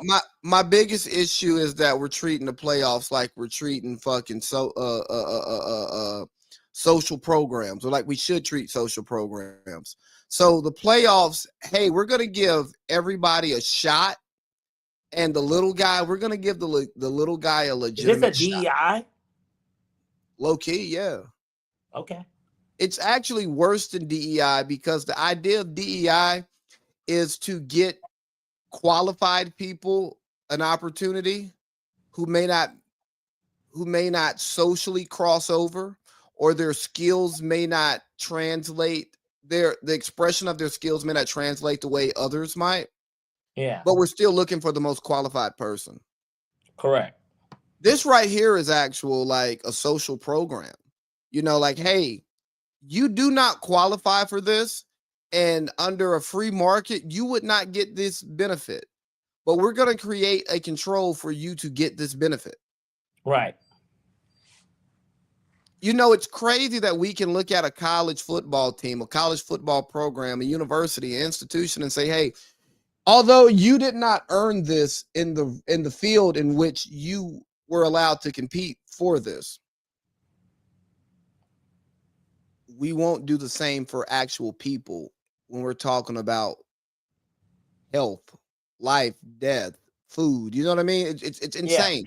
But to get to the bigger point is my biggest issue is the automatic bids for the Power Five, for the rest of the the non-Power Four. I am okay with them getting into the tournament, but I think they should have to qualify based on their record, based on the polls, based on the data. Like those fickle Cincinnati teams, I'm okay with that. You know what I mean? They dominated where they were in a 12-team playoff, and they were which I undefeated. hate. Neither They were undefeated. neither of those teams are undefeated. JMU and Tulane are not undefeated. And now Tulane has to play a team that they already played. It got blown out. And I really don't like the 12-team playoff. I really just don't like the business of college football. But the problem is I like the product that is college football because, believe it or not, the product on the field is less affected by this bullshit that we talk about because you know what football coaches do? They coach games, they try to win, and they advocate for their teams. So we sometimes less is more, and we're always going to have complaints, but the old way of doing college football was so much better. And lastly, can we please get fucking corporate finance out of college football? Like, we can't let these guys come in and just wash their money and with this sport and totally change the sport. And they don't care about the sport. Like, hey, every industry should not be ran by money. I'm all about getting your money. And if you generate this type of money, cool. But let the people who do it and love it generate the money naturally. Let's not pump money into this because we know that we can spit it out. And now, hey, we're going to overpay these players, and our calculations say, hey, the what we can get back in return is this or that, or what we don't pay in taxes, it can go to something we love. Bro, I like brown bag money. I like car dealers. You know what I'm saying? I like the people who care about the product on the field being the people pumping the money into the product, not the people who care about making money and this is a lucrative way to make money and I went to school here. I don't like none of that shit. I know I answered your question with many answers that may not have got us to one, but I'm just disgusted with the business of college football. And lastly, again, I'm really disgusted with the media pundits, the important media pundits, fucking beaten to the drum of their goddamn networks, because there are people out here. Just put a name on it, Lee. Just say Joel Klatt. I mean, that's it's not just Klatt. I know it's not just him, but I feel like that's Joel exactly who you're attacking. Is Matt Berry, is Paul Feinbaum, is Stephen A. Smith, is all of these motherfuckers. Well, who's Steve beat to? Does he beat to an SEC drum? Steve doesn't really have a dog in the fight because he's a man of many hats. He's supposed to be talking about basketball, but he talks about everything. When we talk about people who carry their company's water and not do what they're trusted to do, because part of the reason that these guys get these seats, get these platforms, it's because the audience trusts them. Right. And we get, and this is life, but you get so powerful, you become corrupted because you want to maintain power. And that's exactly what the fuck we have going on. We got guys on ESPN calling to end the fucking conference championship. Hey, guess what? If you don't win the national championship and you win the conference, you had a good fucking season. Yeah. You still get a ring. You hit one of your goals of the season. Well, I bet Ole Miss is happy or Oregon's happy because they didn't have to go get to a slugfest and get beat. Ooh. Hey, some people want to play football and prove that they're the best football player, team, coach, whatever the case may be. And it's anytime, anywhere, any place. Like we've forgotten the essence of what sports is and why it's entertaining. We've just gotten too caught up on the business and the entertainment that we forgot about the sport. Right. And it's just gross. It's gross because it creates situations like, hey, Lane Kiffin wants to take a better job. But in order for him to take the better job and be in the best situation for that job, he has to turn his back on the team that he's currently coaching. And he gets painted as this selfish person, which maybe he is. He's a selfish prick. But he's not a selfish prick for taking a better job. Any other coach would do that. You name a coach who would turn down the LSU job. Name a man I name you a liar. Job that on paper is better than where they're working, and they're going to make more money. I don't know many people that would do that. If you're that loyal to a fault to any company, salute to you. But like the reality is, your name better be on the wall, or that company better have made you who you are, and you give that company credit. And they gave you a shot when nobody else would. Exactly. In Lane's case, that ain't the case because he worked for bigger programs in Ole Miss before he's going to LSU. And in my opinion, he's worked for a bigger program already. Fuck the NFL. I'm not even going to say that he's Al Davis's last hire for the Raiders. But, like, fuck that. USC is a bigger deal than LSU. Yeah, overall, it is. That is a bigger deal. Yeah. USC is a bigger program than LSU in football. And I just think in college football, period. They are the West Coast. Yeah, and if we're being honest, he is the linchpin to the second half of the Saban dynasty. When Kiff got there, the offense changed, and they started airing it out more. For Saban's dynasty, I don't know why I'm thinking you're saying he's the second branch. I'm like, no, that's Kirby, but I know you know that. Yeah. All right. Yeah. I'm saying in Saban's actual dynasty, when Kiff got there and they changed up that offense, they started getting quarterbacks that can run and throw. Jalen Hurts. Blake Sims. Was Blake Sims. Yeah. But here's what you need to understand. Lane Kiffin was coming to Chaos High to see Blake Sims to get him to Tennessee. Yeah. So him reuniting with Blake and Blake winning the job, like Blake was one of Kiff's guys. Are you saying that you saw Kiff up there in Carsville? Me personally, was he wearing a visor? Me personally, no, because Blake and I weren't in class together. Uh-huh. So I wouldn't be around for those pullouts, and like I wasn't in the first period football weightlifting class. Mm-hmm. But I have no reason to believe that my teammates would lie to me about that. Especially the specific teammate and friend who I got it from, you know. I was bringing it up just in a sense of, with shout outs to Carsville, by the way. I had a young lady from Carsville text me this week. And it's a cousin of somebody. Well, yeah. Once you were about to say it's not who you think it is, I initially thought had to have yeah. But that was my initial thought. Yeah. So, which maybe it's a birthday weekend. We'll talk about that after the party. Yeah. But we'll get to that. But nonetheless, well, you know, I'm in the doghouse on that side, anyways, because apparently we'll talk about it after. Yeah. Because I don't know why you would be or what happened, but like, well, yeah, I mean, not that kind of doghouse, guys. So how do we fix college football? Do we change the calendar? Do we put in some guardrails? Do we get a czar? Do we go back to the old school? What do we do? Well, one of the first things you do is the transfer portal. All the portal and like signing days has to change because that's why Lane Kiffin's not even able to finish his job and why he has to make a rush decision.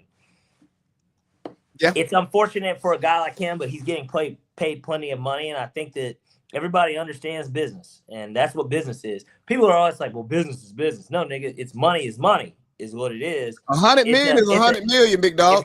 If you're not giving me 100 million and they are, and I want the 100 million, you got to understand that I am still loyal to you guys and I want to finish this. But at the end of the day, if you're telling me I can't finish it and I can't get paid because I got to hurry up and start flipping niggas, then so be it. So be it. I mean, that is the end result of that. So this is culturally inappropriate.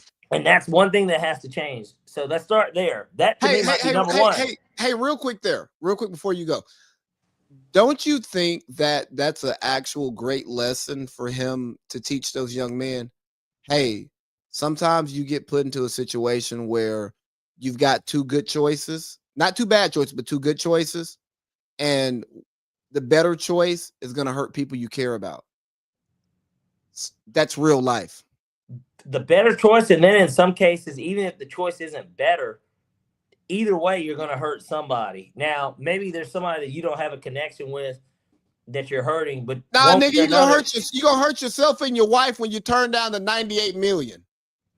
That's what I'm saying. One way or another, there will be a loser no matter what, and one way or another, you will be a winner one way or another. Whether that means that you're the hero of a town that you decided to stay at and that you didn't want to leave, or you leave to go to another town and then you're letting down people that you've been with around all these years. One way or another, you can't make everybody happy. That's the true lesson in it. You can't, because you can't make everybody happy. And so if you were to leave this show to go to another show to make it, I wouldn't do that though, Lee. Hold on. To make a substantial amount of money, my feelings would be hurt. They'd have to shoot at the same exact time that we shoot. But you would understand if I was getting paid like a lot of money. Yeah. But even if in the contract, if I did, like if we shot on Tuesday, I'd still do this. So but I'm saying, even if in the contract it's like, hey, you cannot do content anywhere else unless it's under our umbrella. But they're offering you life-changing money. Well, I'd work to get you on with me. I think that's got to be a part of the contract. And what do you think Kith is doing in the locker room? He's working to get the guys that he fucks with on with him at LSU. Yeah, I know. And they're like, hey, he can't, we don't want him around because he's going to be recruiting our locker room. Hey, bro, he already recruited these niggas. He has their number. Yeah. What are we talking about? I know Chandler is like a 50-year senior. Which I don't know what he's going to do at LSU quarterback wise, because Nussmeier's going to the draft. I know they got the other kid that's there, but we'll see. But yes, I get where you're coming from. I pick up what you're dropping. I really do. It'll be interesting. But wait, to my main point here. Yeah, that's the first thing that I'm changing with this college football thing, because gosh, I realize we're zooming through this. Second thing is, obviously, which these are changes that have already been made. Now it is not to where this happens again. So this will be a one-off college football playoff. You're not going to see two non-power fives unless one is completely dominant. Like if they did a playoff system back in 07, 08, 09, 10, and Boise State, right, was this undefeated team with Kellen Moore. I know they had Zabransky the year they beat Oklahoma, which is another thing. This is what created that phenomenon. Zabransky beating Adrian Peterson in Oklahoma and Stoops in the Fiesta Bowl, because the only reason that this even exists is because of games like that. Yep. UCF with George O'Leary. Wait. UCF with George. It's some legal stuff like discrimination if they don't put them in there. Discrimination. No, this stuff is UCF beating, and I'm not talking about Scott Frost undefeated beating Auburn in the Peach Bowl. I'm talking about before that. George O'Leary with Blake Bortles played in the Fiesta Bowl, and they beat Baylor with Bryce Petty. Like this is stuff that's been happening for years, where you see these underdogs. They're the largest underdog in the BCS era to ever win a game. I fact checked my fucking self today before I even said this. 16.5-point dogs. 2013, well before I was even gambling on sports. This happened, and I remember it happening because that's how Blake Bortles got taken by the Jaguars third. Right? What were you doing in 2013? I was attending school at Morehouse College, probably getting drunk with you maybe one of the weekends of the night. We were probably at least still around each other then. I mean, we weren't hanging out consistently, but I'm saying like there was probably a night that we were somewhere together. Yeah, we would go to Tommy's house. I mean, I would go to your parties. Well, because 2013, that would be Justice's freshman year. Yeah. So anytime he was. It was a gold mouth. Yeah, no, I know because I met Sierra over there. Yeah. Shout out to Goldmouth. We gotta get gold. Why do I wake up in the morning sometimes and I see Him his live. Instagram? Yeah, his live. He went live. And I'm like, why are you shooting this? And I know he's in Portland, right? I think so. We need a Goldmouth Tommy collab. Yeah, I mean, I'm sure he'd be down. He used to want to pod all the time, but back when I was married, I'd be like, "Hey, nigga, I can't pod like in 10 minutes." Like when you want, you got to kind of work on my schedule. No offense to you, I'm not saying fuck your time, but you should understand that. You don't answer to anybody. I do. Yeah. And I get the answers wrong.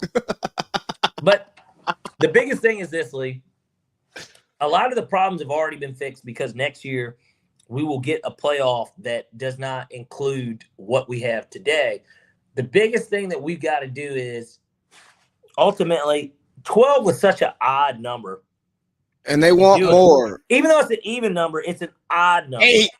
8. 4 was enough. No, just do 16. Fuck no. And leave it there. No, but you don't have to expand anymore. Just do 16. No, contract. We don't need more playoff games. I want bowl games to matter. I want winning. They're not gonna matter, Lee. But now you can bring in more. But this is what makes it so good. The Pop-Tart Bowl can be one of the games. They don't do the Beef O'Brady Bowl anymore, but because there's no Beef O'Brady's. I know, but this is what I'm saying. You can still incorporate the Gator Bowl, the Outback Bowl. These are things that can be. They're the opening round bowl games. We don't need. There's going to be one team that's going to end up winning multiple bowl games. There aren't 16 teams who can compete for a national championship. But this year, if you include the non-Power Fives, there are Vandy, Texas, Notre Dame. That's 3 right there. And then who would be the 4th team? I don't think any of those teams. I don't think any of those teams can win a national championship. Bullshit. Texas was ranked number 1 to start the year, Lee. You don't think they got in as a 16 seed? Let's say that they played Indiana. Seriously. If they were the 16, now we know they wouldn't be, but if they were the 16 and they played, Nick, what do you think Vegas would set the spread at? Well, in a neutral site game against Indiana, you don't think Texas can beat them? Yeah, but I don't think Indiana's the best team. But they're not in the playoffs. But I don't think Indiana's the best team in the country. You don't think Notre Dame? I don't think that they would beat Georgia. But if it was 3 versus 14, I don't think Notre Dame. You don't think that Notre Dame could beat Georgia? I don't think Notre Dame last year. No, I don't think Notre Dame can win a national championship. I'm not talking about. I think that team was good enough. I'm not talking about playoff wins. I'm talking about winning a national championship. So when I say, go ahead. I'm sorry. When I talk about contracting it, I understand that there are teams that are good enough to try to compete, get left out. Teams that had good seasons get left out. But I don't think we've ever left out potential champions.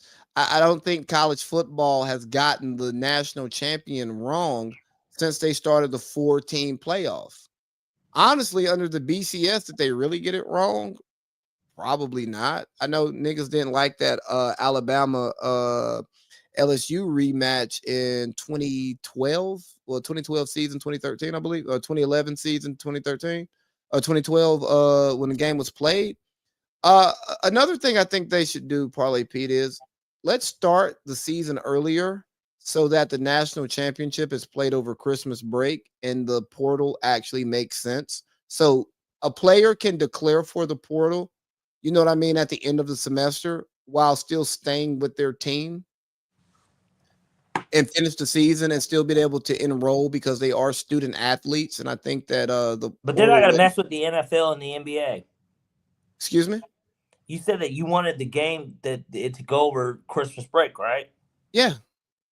I'm not saying on Christmas Day. I'm just saying. No, but just during that week, all that travel, there's already a lot of travel, as is fuck sports. You add in that and fan bases over a Christmas holiday and week. Well, look. I get where you're coming from. I really do. Because New Year's Eve has always been their thing. I'm okay with, I said Christmas break. If it ends, if the last New Year's Day is a week after Christmas.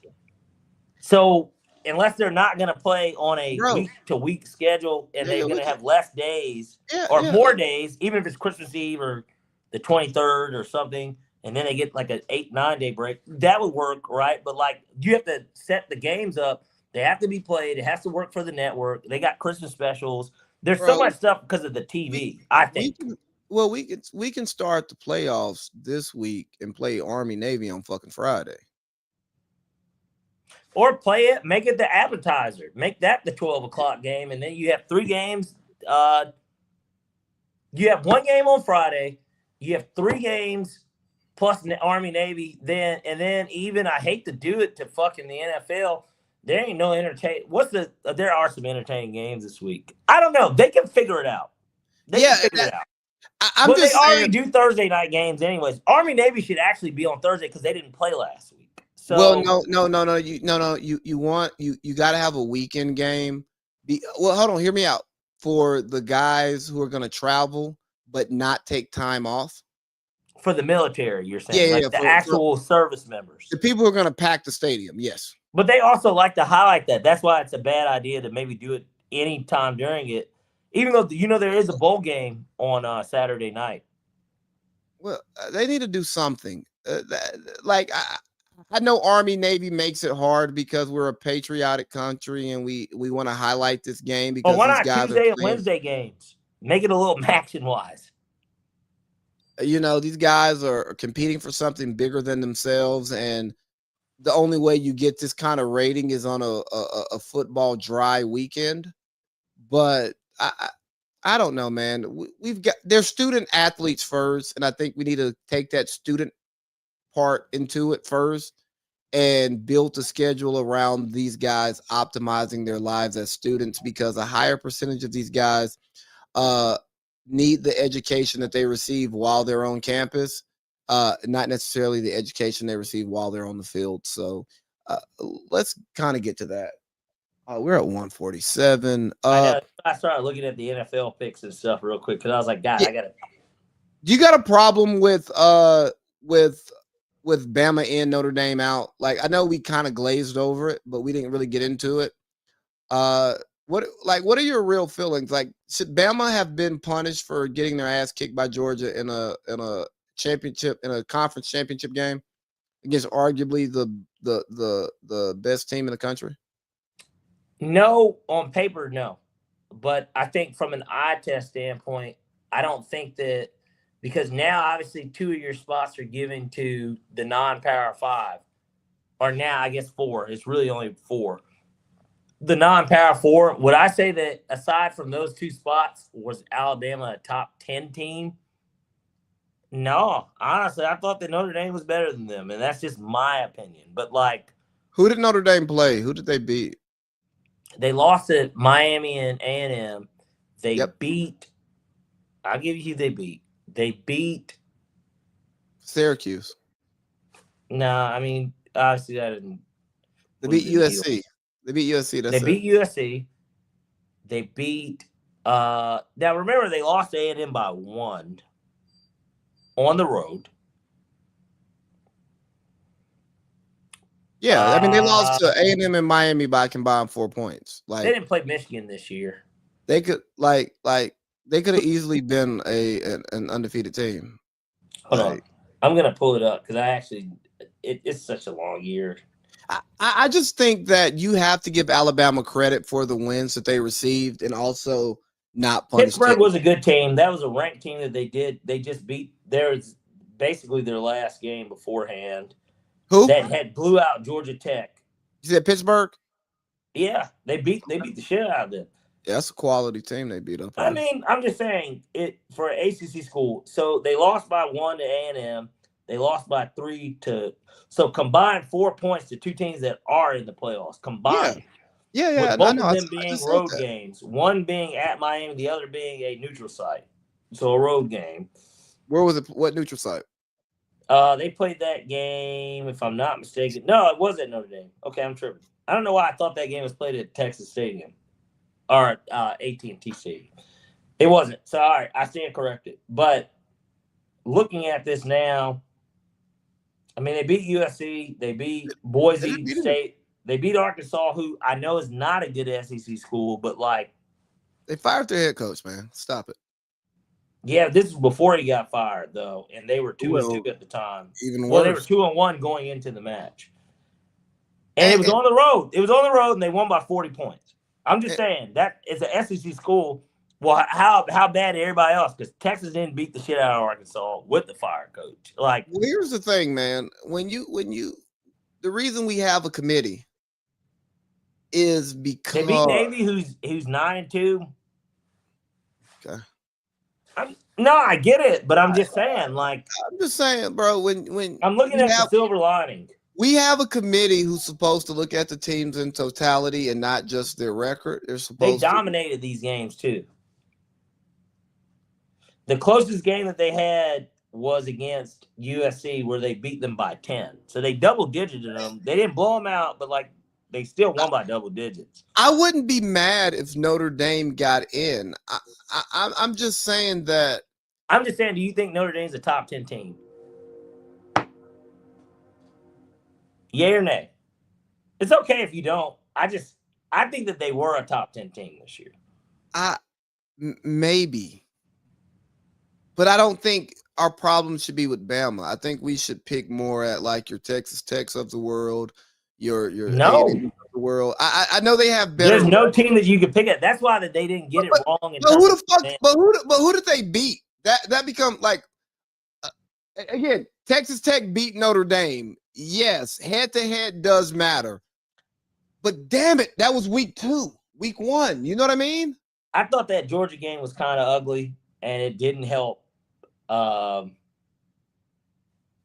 I'm not talking about Bama anymore. I'm just talking about I'm talking about Notre Dame. I'm talking about some of these other teams that may have better records, but I mean, shit, who did they play? I mean, Indiana, because they beat Ohio State and they beat the dog shit out of damn near everybody else, it's like, okay, this makes sense. Georgia blew the fucking Alabama game. Okay, so Georgia can't be number 1. Texas Tech lost a game they shouldn't have lost, and they're in the Big 12, so they can't be number 1. But is Texas Tech is good? Like, the Big 12 isn't a good conference. We don't respect what's coming out of the Big 12. So how good are you from beating up on lesser teams and also not taking the wear and tear into the next week? No, I don't give a fuck how bad Florida is. Going to the Swamp is a long day. Even if you beat the dog piss out of them, you're playing against some future pros. You're playing against really good talent. That. Come on, man. I agree, Lee. And here's the thing. And if Bama doesn't get in, then teams start back playing these cupcake schedules and we don't get good games. And that's bad for the TV networks. Exactly. And so. And bad for the fans. Shit. Yeah. Nobody's a winner in these situations except the TV networks, because regardless, everybody is going to tune in. Well, the TV networks always win, and that's why they run college football. You know, we got Fox running the Big Ten. We got ESPN. You saying that Bob Iger dictates who gets in? Since they get the national championship every year? I'm not saying that Bob Iger. Like, think about the Super Bowl switches hands. Do you think Klatt and Gus should get a national championship game? Absolutely not. But like, I don't want Klatt calling. They get the pro guy. I hate to say it, they can get the pro guys to do it. For all no. I wouldn't want Brady necessarily like calling. No, bro, I don't want pro guys calling college football because they don't know anything about it. Yeah, it's a different experience. No, but I don't want Joel Klatt, who hates the SEC, calling games. I think Kirk Herbstreit, being an ESPN guy who has to be pro SEC while being an Ohio State alum and former quarterback and Big Ten guy at heart, I think that's a great balance. Now, when you put him next to Al on Thursday, I put the TV on mute. Would you rather Klatt be with Al than Herbstreit? Yeah, absolutely. I like who would be the perfect person but who would be perfect for Al as a color commentator? For those out there that don't know what I'm talking, color commentator, because Oh, Al is play-by-play. honestly, Chris. Yeah, but obviously that's not an option. I don't hate Chris like I used to because it's fucking Tarico. It's not the same. Like it's not. But Tarico is so good. Like, Yeah, Tarico's good, but he's not Al, and they don't have the same dynamic. I assume we're gonna go over the 2-hour mark. We don't have to because we're. Well, my timeout was this because we didn't even talk about Michigan football. Oh yeah, we're going over 2-hour mark. All right, let's make it 2:10 then. Okay. Here, let's cut. Well, no, I do want to finish this thought. There's nobody in the college realm that could step with Michaels, in my opinion, that I would like. Kirk obviously gets it because he's the top college dude. But for color, with a guy like Al,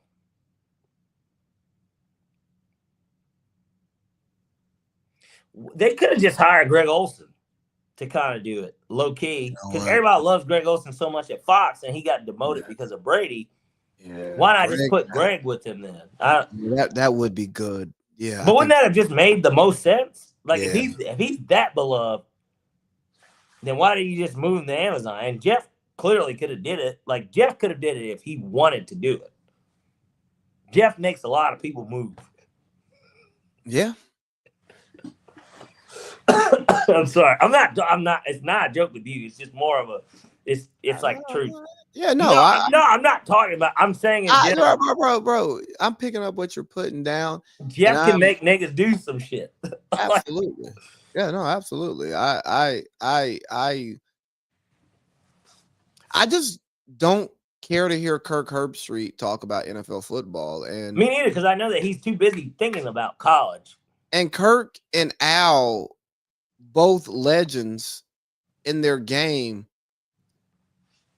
it doesn't mean it always works. You know what I mean? We saw Kobe and Dwight Howard. Didn't work. Yeah. And that Lou Williams shit was weak, but we ain't gonna talk about it. Yeah, we won't. Let's get this. We'll give him about 2 minutes. All right, we can give him about 5. Hey, if you're a black man, don't coach in college football in Michigan, man. You sent the Step Brothers picture, and maybe that is kind of what that is because they were both in Michigan.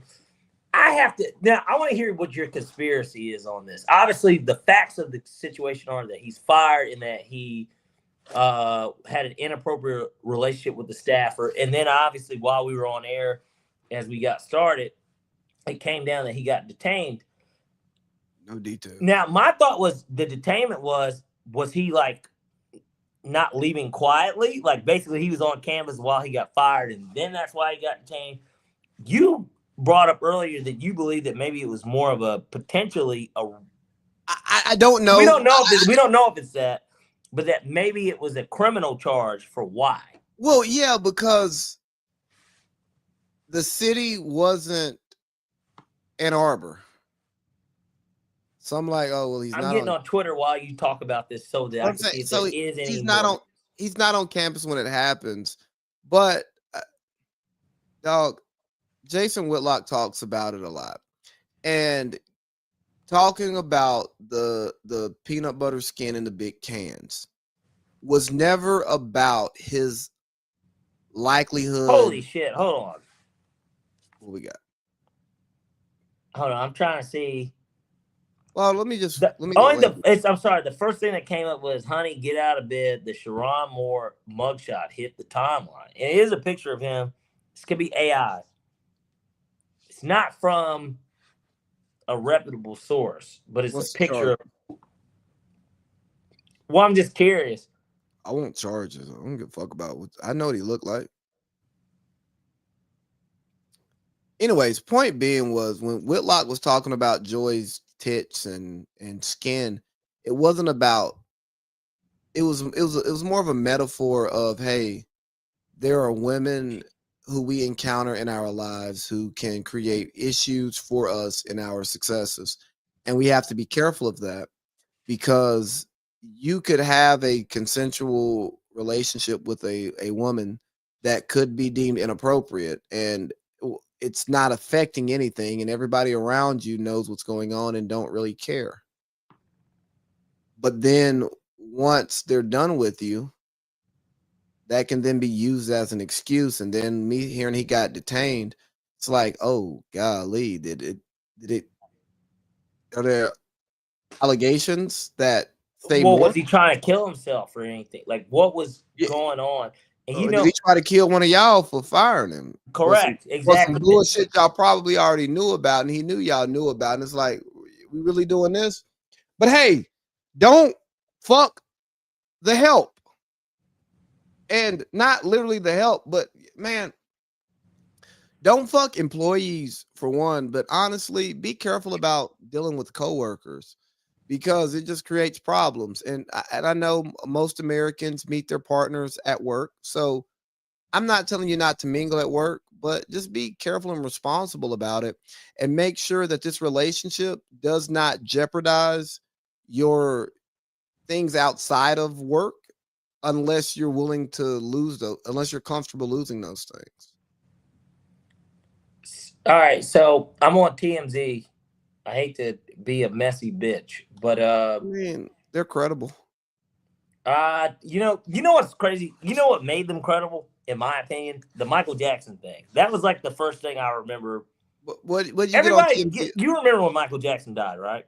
Yeah, Doesn't everybody? It was a summer day, like yeah, bro. 09. I was headed Yeah, I into, I was. think, my junior year. You were probably headed your senior. Yeah, Not we had probably. You would have had to have been. yeah. No, we had a tournament we had a summer tournament at the school. We were And one of working. my We were playing. We just got done playing basketball.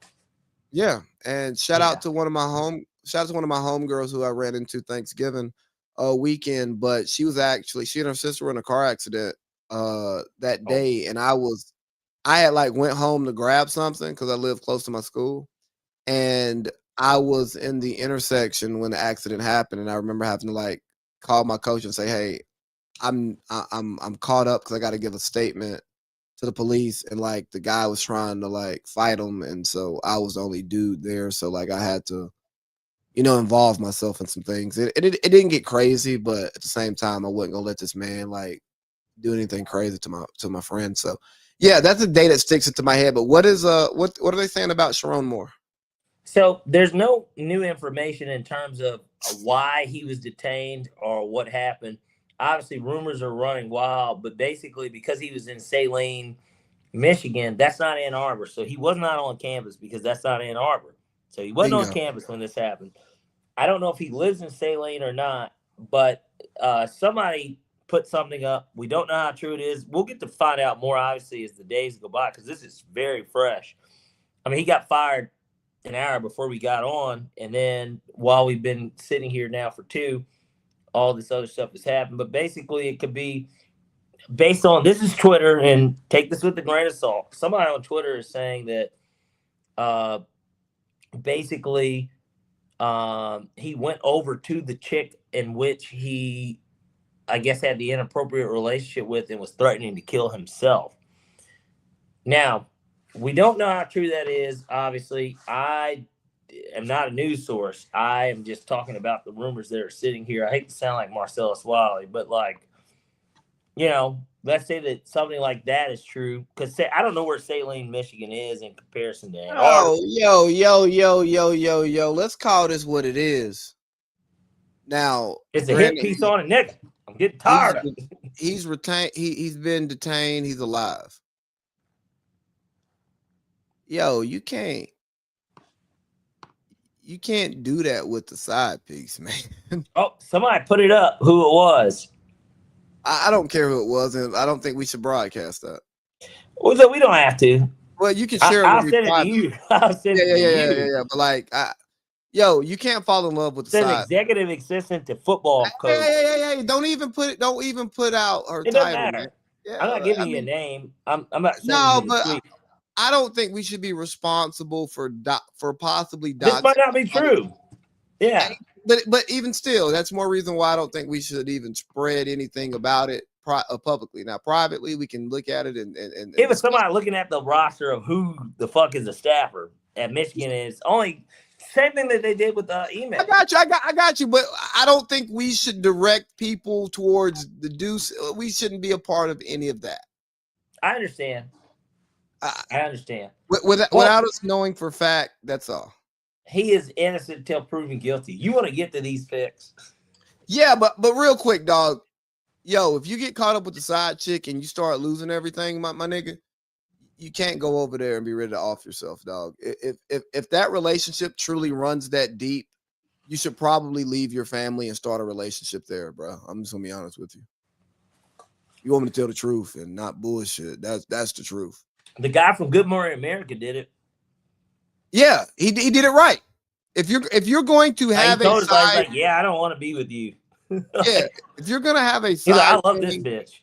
If you're gonna have a side fling that you're willing to risk your marriage over, and I mean not like getting caught and all of that stuff. I mean, you're not he wants to pound that ass for the rest of his life. If you're not gonna leave that side chick, or the results of your relationship with that side chick coming to light has you on the verge of suicide, hey, big dog, go be with that side chick. You deserve that happiness. Make her your main chick. And just hope that it's not another side nigga that's fly like you that can get her. It's worth more than your career. Oh, yeah, bro. Being happy at home, having a home that feels like a home is probably the most important thing ever. And not to get personal, but I know that both of us can relate to living in a home that you pay for and not feeling like it's at home, feeling like it's your home. And that's not a great place. So don't stay in it long. I think you should do what you want to do. That's what I feel like. Well, yeah, do what you want to do. But if I were to give you advice, that's what I would say. Do what you want to do. And if I were you, this is what I would do. Absolutely. Absolutely. And then one last thing on it. What did you just say? It's literally something. Fuck it. Let's get to the pick. Hey, one last question. Does Steve have credibility? I know he's entertaining and rich, but does he have any credibility? I don't know who he knows at this point anymore. I don't know what he knows so well that I care what he says. He's not an insider. He's not an insider. He's a show host. He's Black Nick Wright. The information gets brought to him. He doesn't search it. Nick Wright apparently has been putting 20,000 on the Chiefs money line every week. So Fox has been putting 20,000 on it. That's where he got it from. He didn't get it from Winning Gambling. He got it from Fox. Well, I think it makes everything make sense as to why he's such a crazy fanatic, like a crazy fan, like on the air. It's like, oh, no. Well, he's probably about to hang himself this week, which if anyone has any problems, please call the suicide hotlines. Ladies and gentlemen, it is time for Parlay Pete's NFL 6. 666. I'm glad that you did NFL knowing that goddamn well there wasn't any college. We will do a special bonus pick for the Army Navy game, obviously, and then as the weeks go on, we'll do the college. But let's go ahead and get straight into it. All right, we'll start off with the Baltimore Ravens at the Cincinnati Bengals. We were correct on Thanksgiving Day. I believe that now this time I've got enough courage to fucking do it. Let's go Bengals money line. I think that they're just going to win. I don't think the Ravens are a very good football team. Bengals money line. Next, we got the Raiders at the Eagles. I like under 39.5. I think that that's a bit high. I don't think that the Raiders are really going to score. I think the Eagles are going to score a lot. They should win. I kind of like the spread, but we'll take the under. Under 39.5. Next, we got Chargers at Chiefs. Such an odd spread, and it keeps going up. So as of today, we're going to take the Chargers.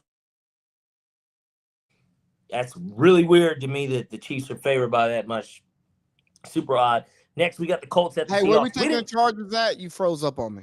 Chargers plus 7.5. And then we got Colts at the Seahawks. We're going to take under 42.5. Philip Rivers is back. We didn't even get to get into that as much, but we're going to take under 42.5 there. Then next, we got another under for you guys, believe it or not. We got Carolina Panthers at Saints. Under 42 is going to be the play there. And then finally, we have got the Detroit Lions at the Rams. That is the upset of the week. We are going to go Lions money line. Let's go. All right, my pen went out on me, so I missed one of them. So I got Bengals on the money line. Uh-huh. I got Raiders at Eagles under 39.5. Yep. I've got Chargers plus 7.5. Yep. I've got Colts at Seattle under 42.5. Yep. I got Lions on the money line, and I'm missing one. It's Carolina at New Orleans under 42. Carolina at New Orleans under 42. Yep. There's You gonna like be no it? fucking points scored there, Lee. Wait, and then one more thing. Oh yeah. Before you like and love it, because I didn't add the bonus, I just wanted to hurry up and get that clip in there. Because I don't like cutting that stuff. We got Army at Navy. This game means a lot, I'm sure, to you. No, it doesn't. But it is a pretty important game. That's why they highlight it every year. I know that they've done it in Annapolis. I know that they've done it. They do it in Philly. Yeah, normally. That's what I was thinking. That game is normally in Philadelphia. But as a special bonus pick here, I'm going to pick the side and also the over-under. I like Navy on the money. They're better than Army. And then I like over 38.5, believe it or not. Both of these teams throw more. So that's why I like the over. So we got Navy on the money line and over 38.5. Yep, those are just two bonus picks. So I guess we could call it half a double Baker's dozen. Sure. You like it? I love it. And when you love it, that means it's time for Leaves three. Leaves three. Leaves three. All right, so for Leaves 3, give me that Raiders at Eagles under 39.5. I only think the Raiders get a Brock Bowers touchdown, and the Eagles have been impotent on offense. Jalen Hurts, we didn't really talk about it, had one of the worst games ever. First player in NFL history to record 2 turnovers on the same play. So I like that. Isn't that crazy? Not really. I thought it was. I mean, he has won a lot of games, but again, sometimes 2 turnovers on one play. Oh yeah, that is crazy. That's what I'm saying. Not them losing. It was just more of like the turnovers. Yeah. Give me the Chargers plus 7.5. I don't think the Chiefs drop 4 in a row, but I don't think they're good. Man, I think 7.5 is steep. Yeah. And give me that Carolina at New Orleans under 42.5 or 42, whatever it was, under. Because you know what? Shocked you don't like any of the dog picks. Lions at Rams. I do like them, but those unders were honestly so juicy because I don't believe in these offenses at all. That it's just like, you know what? Let's just throw some chum in the water. I like the chance of me getting a bite here. I understand it. But hey, Parlay Pete, that's another show. Anything you want to say as we close out? Well, salutations, good people. I appreciate all the people that obviously tuned in. We can kind of see the numbers as they go. I don't think it's everything because I don't know if IG is counted in that, but like IG and Facebook don't always reflect appropriate. But from YouTube, obviously I'll give Sing Koi 5102, our Filipino brother that tuned in, and then Greg Epps, he also commented. So we appreciate all the listeners and then certainly everybody that comments. But outside of that, I think that we're good to go here. Hey guys, thanks for listening this week. We'll be back next Wednesday. If you didn't catch the full live stream, check us out on YouTube, Facebook, Instagram, and more importantly, Apple Podcasts, Spotify, and where you find podcasts. Washed and winning. And if you want to find all content that I put out, AC Lee is culturally inappropriate. Check that out. But anyways, guys, have a great week. Hey, don't get off yet. Pause. Okay.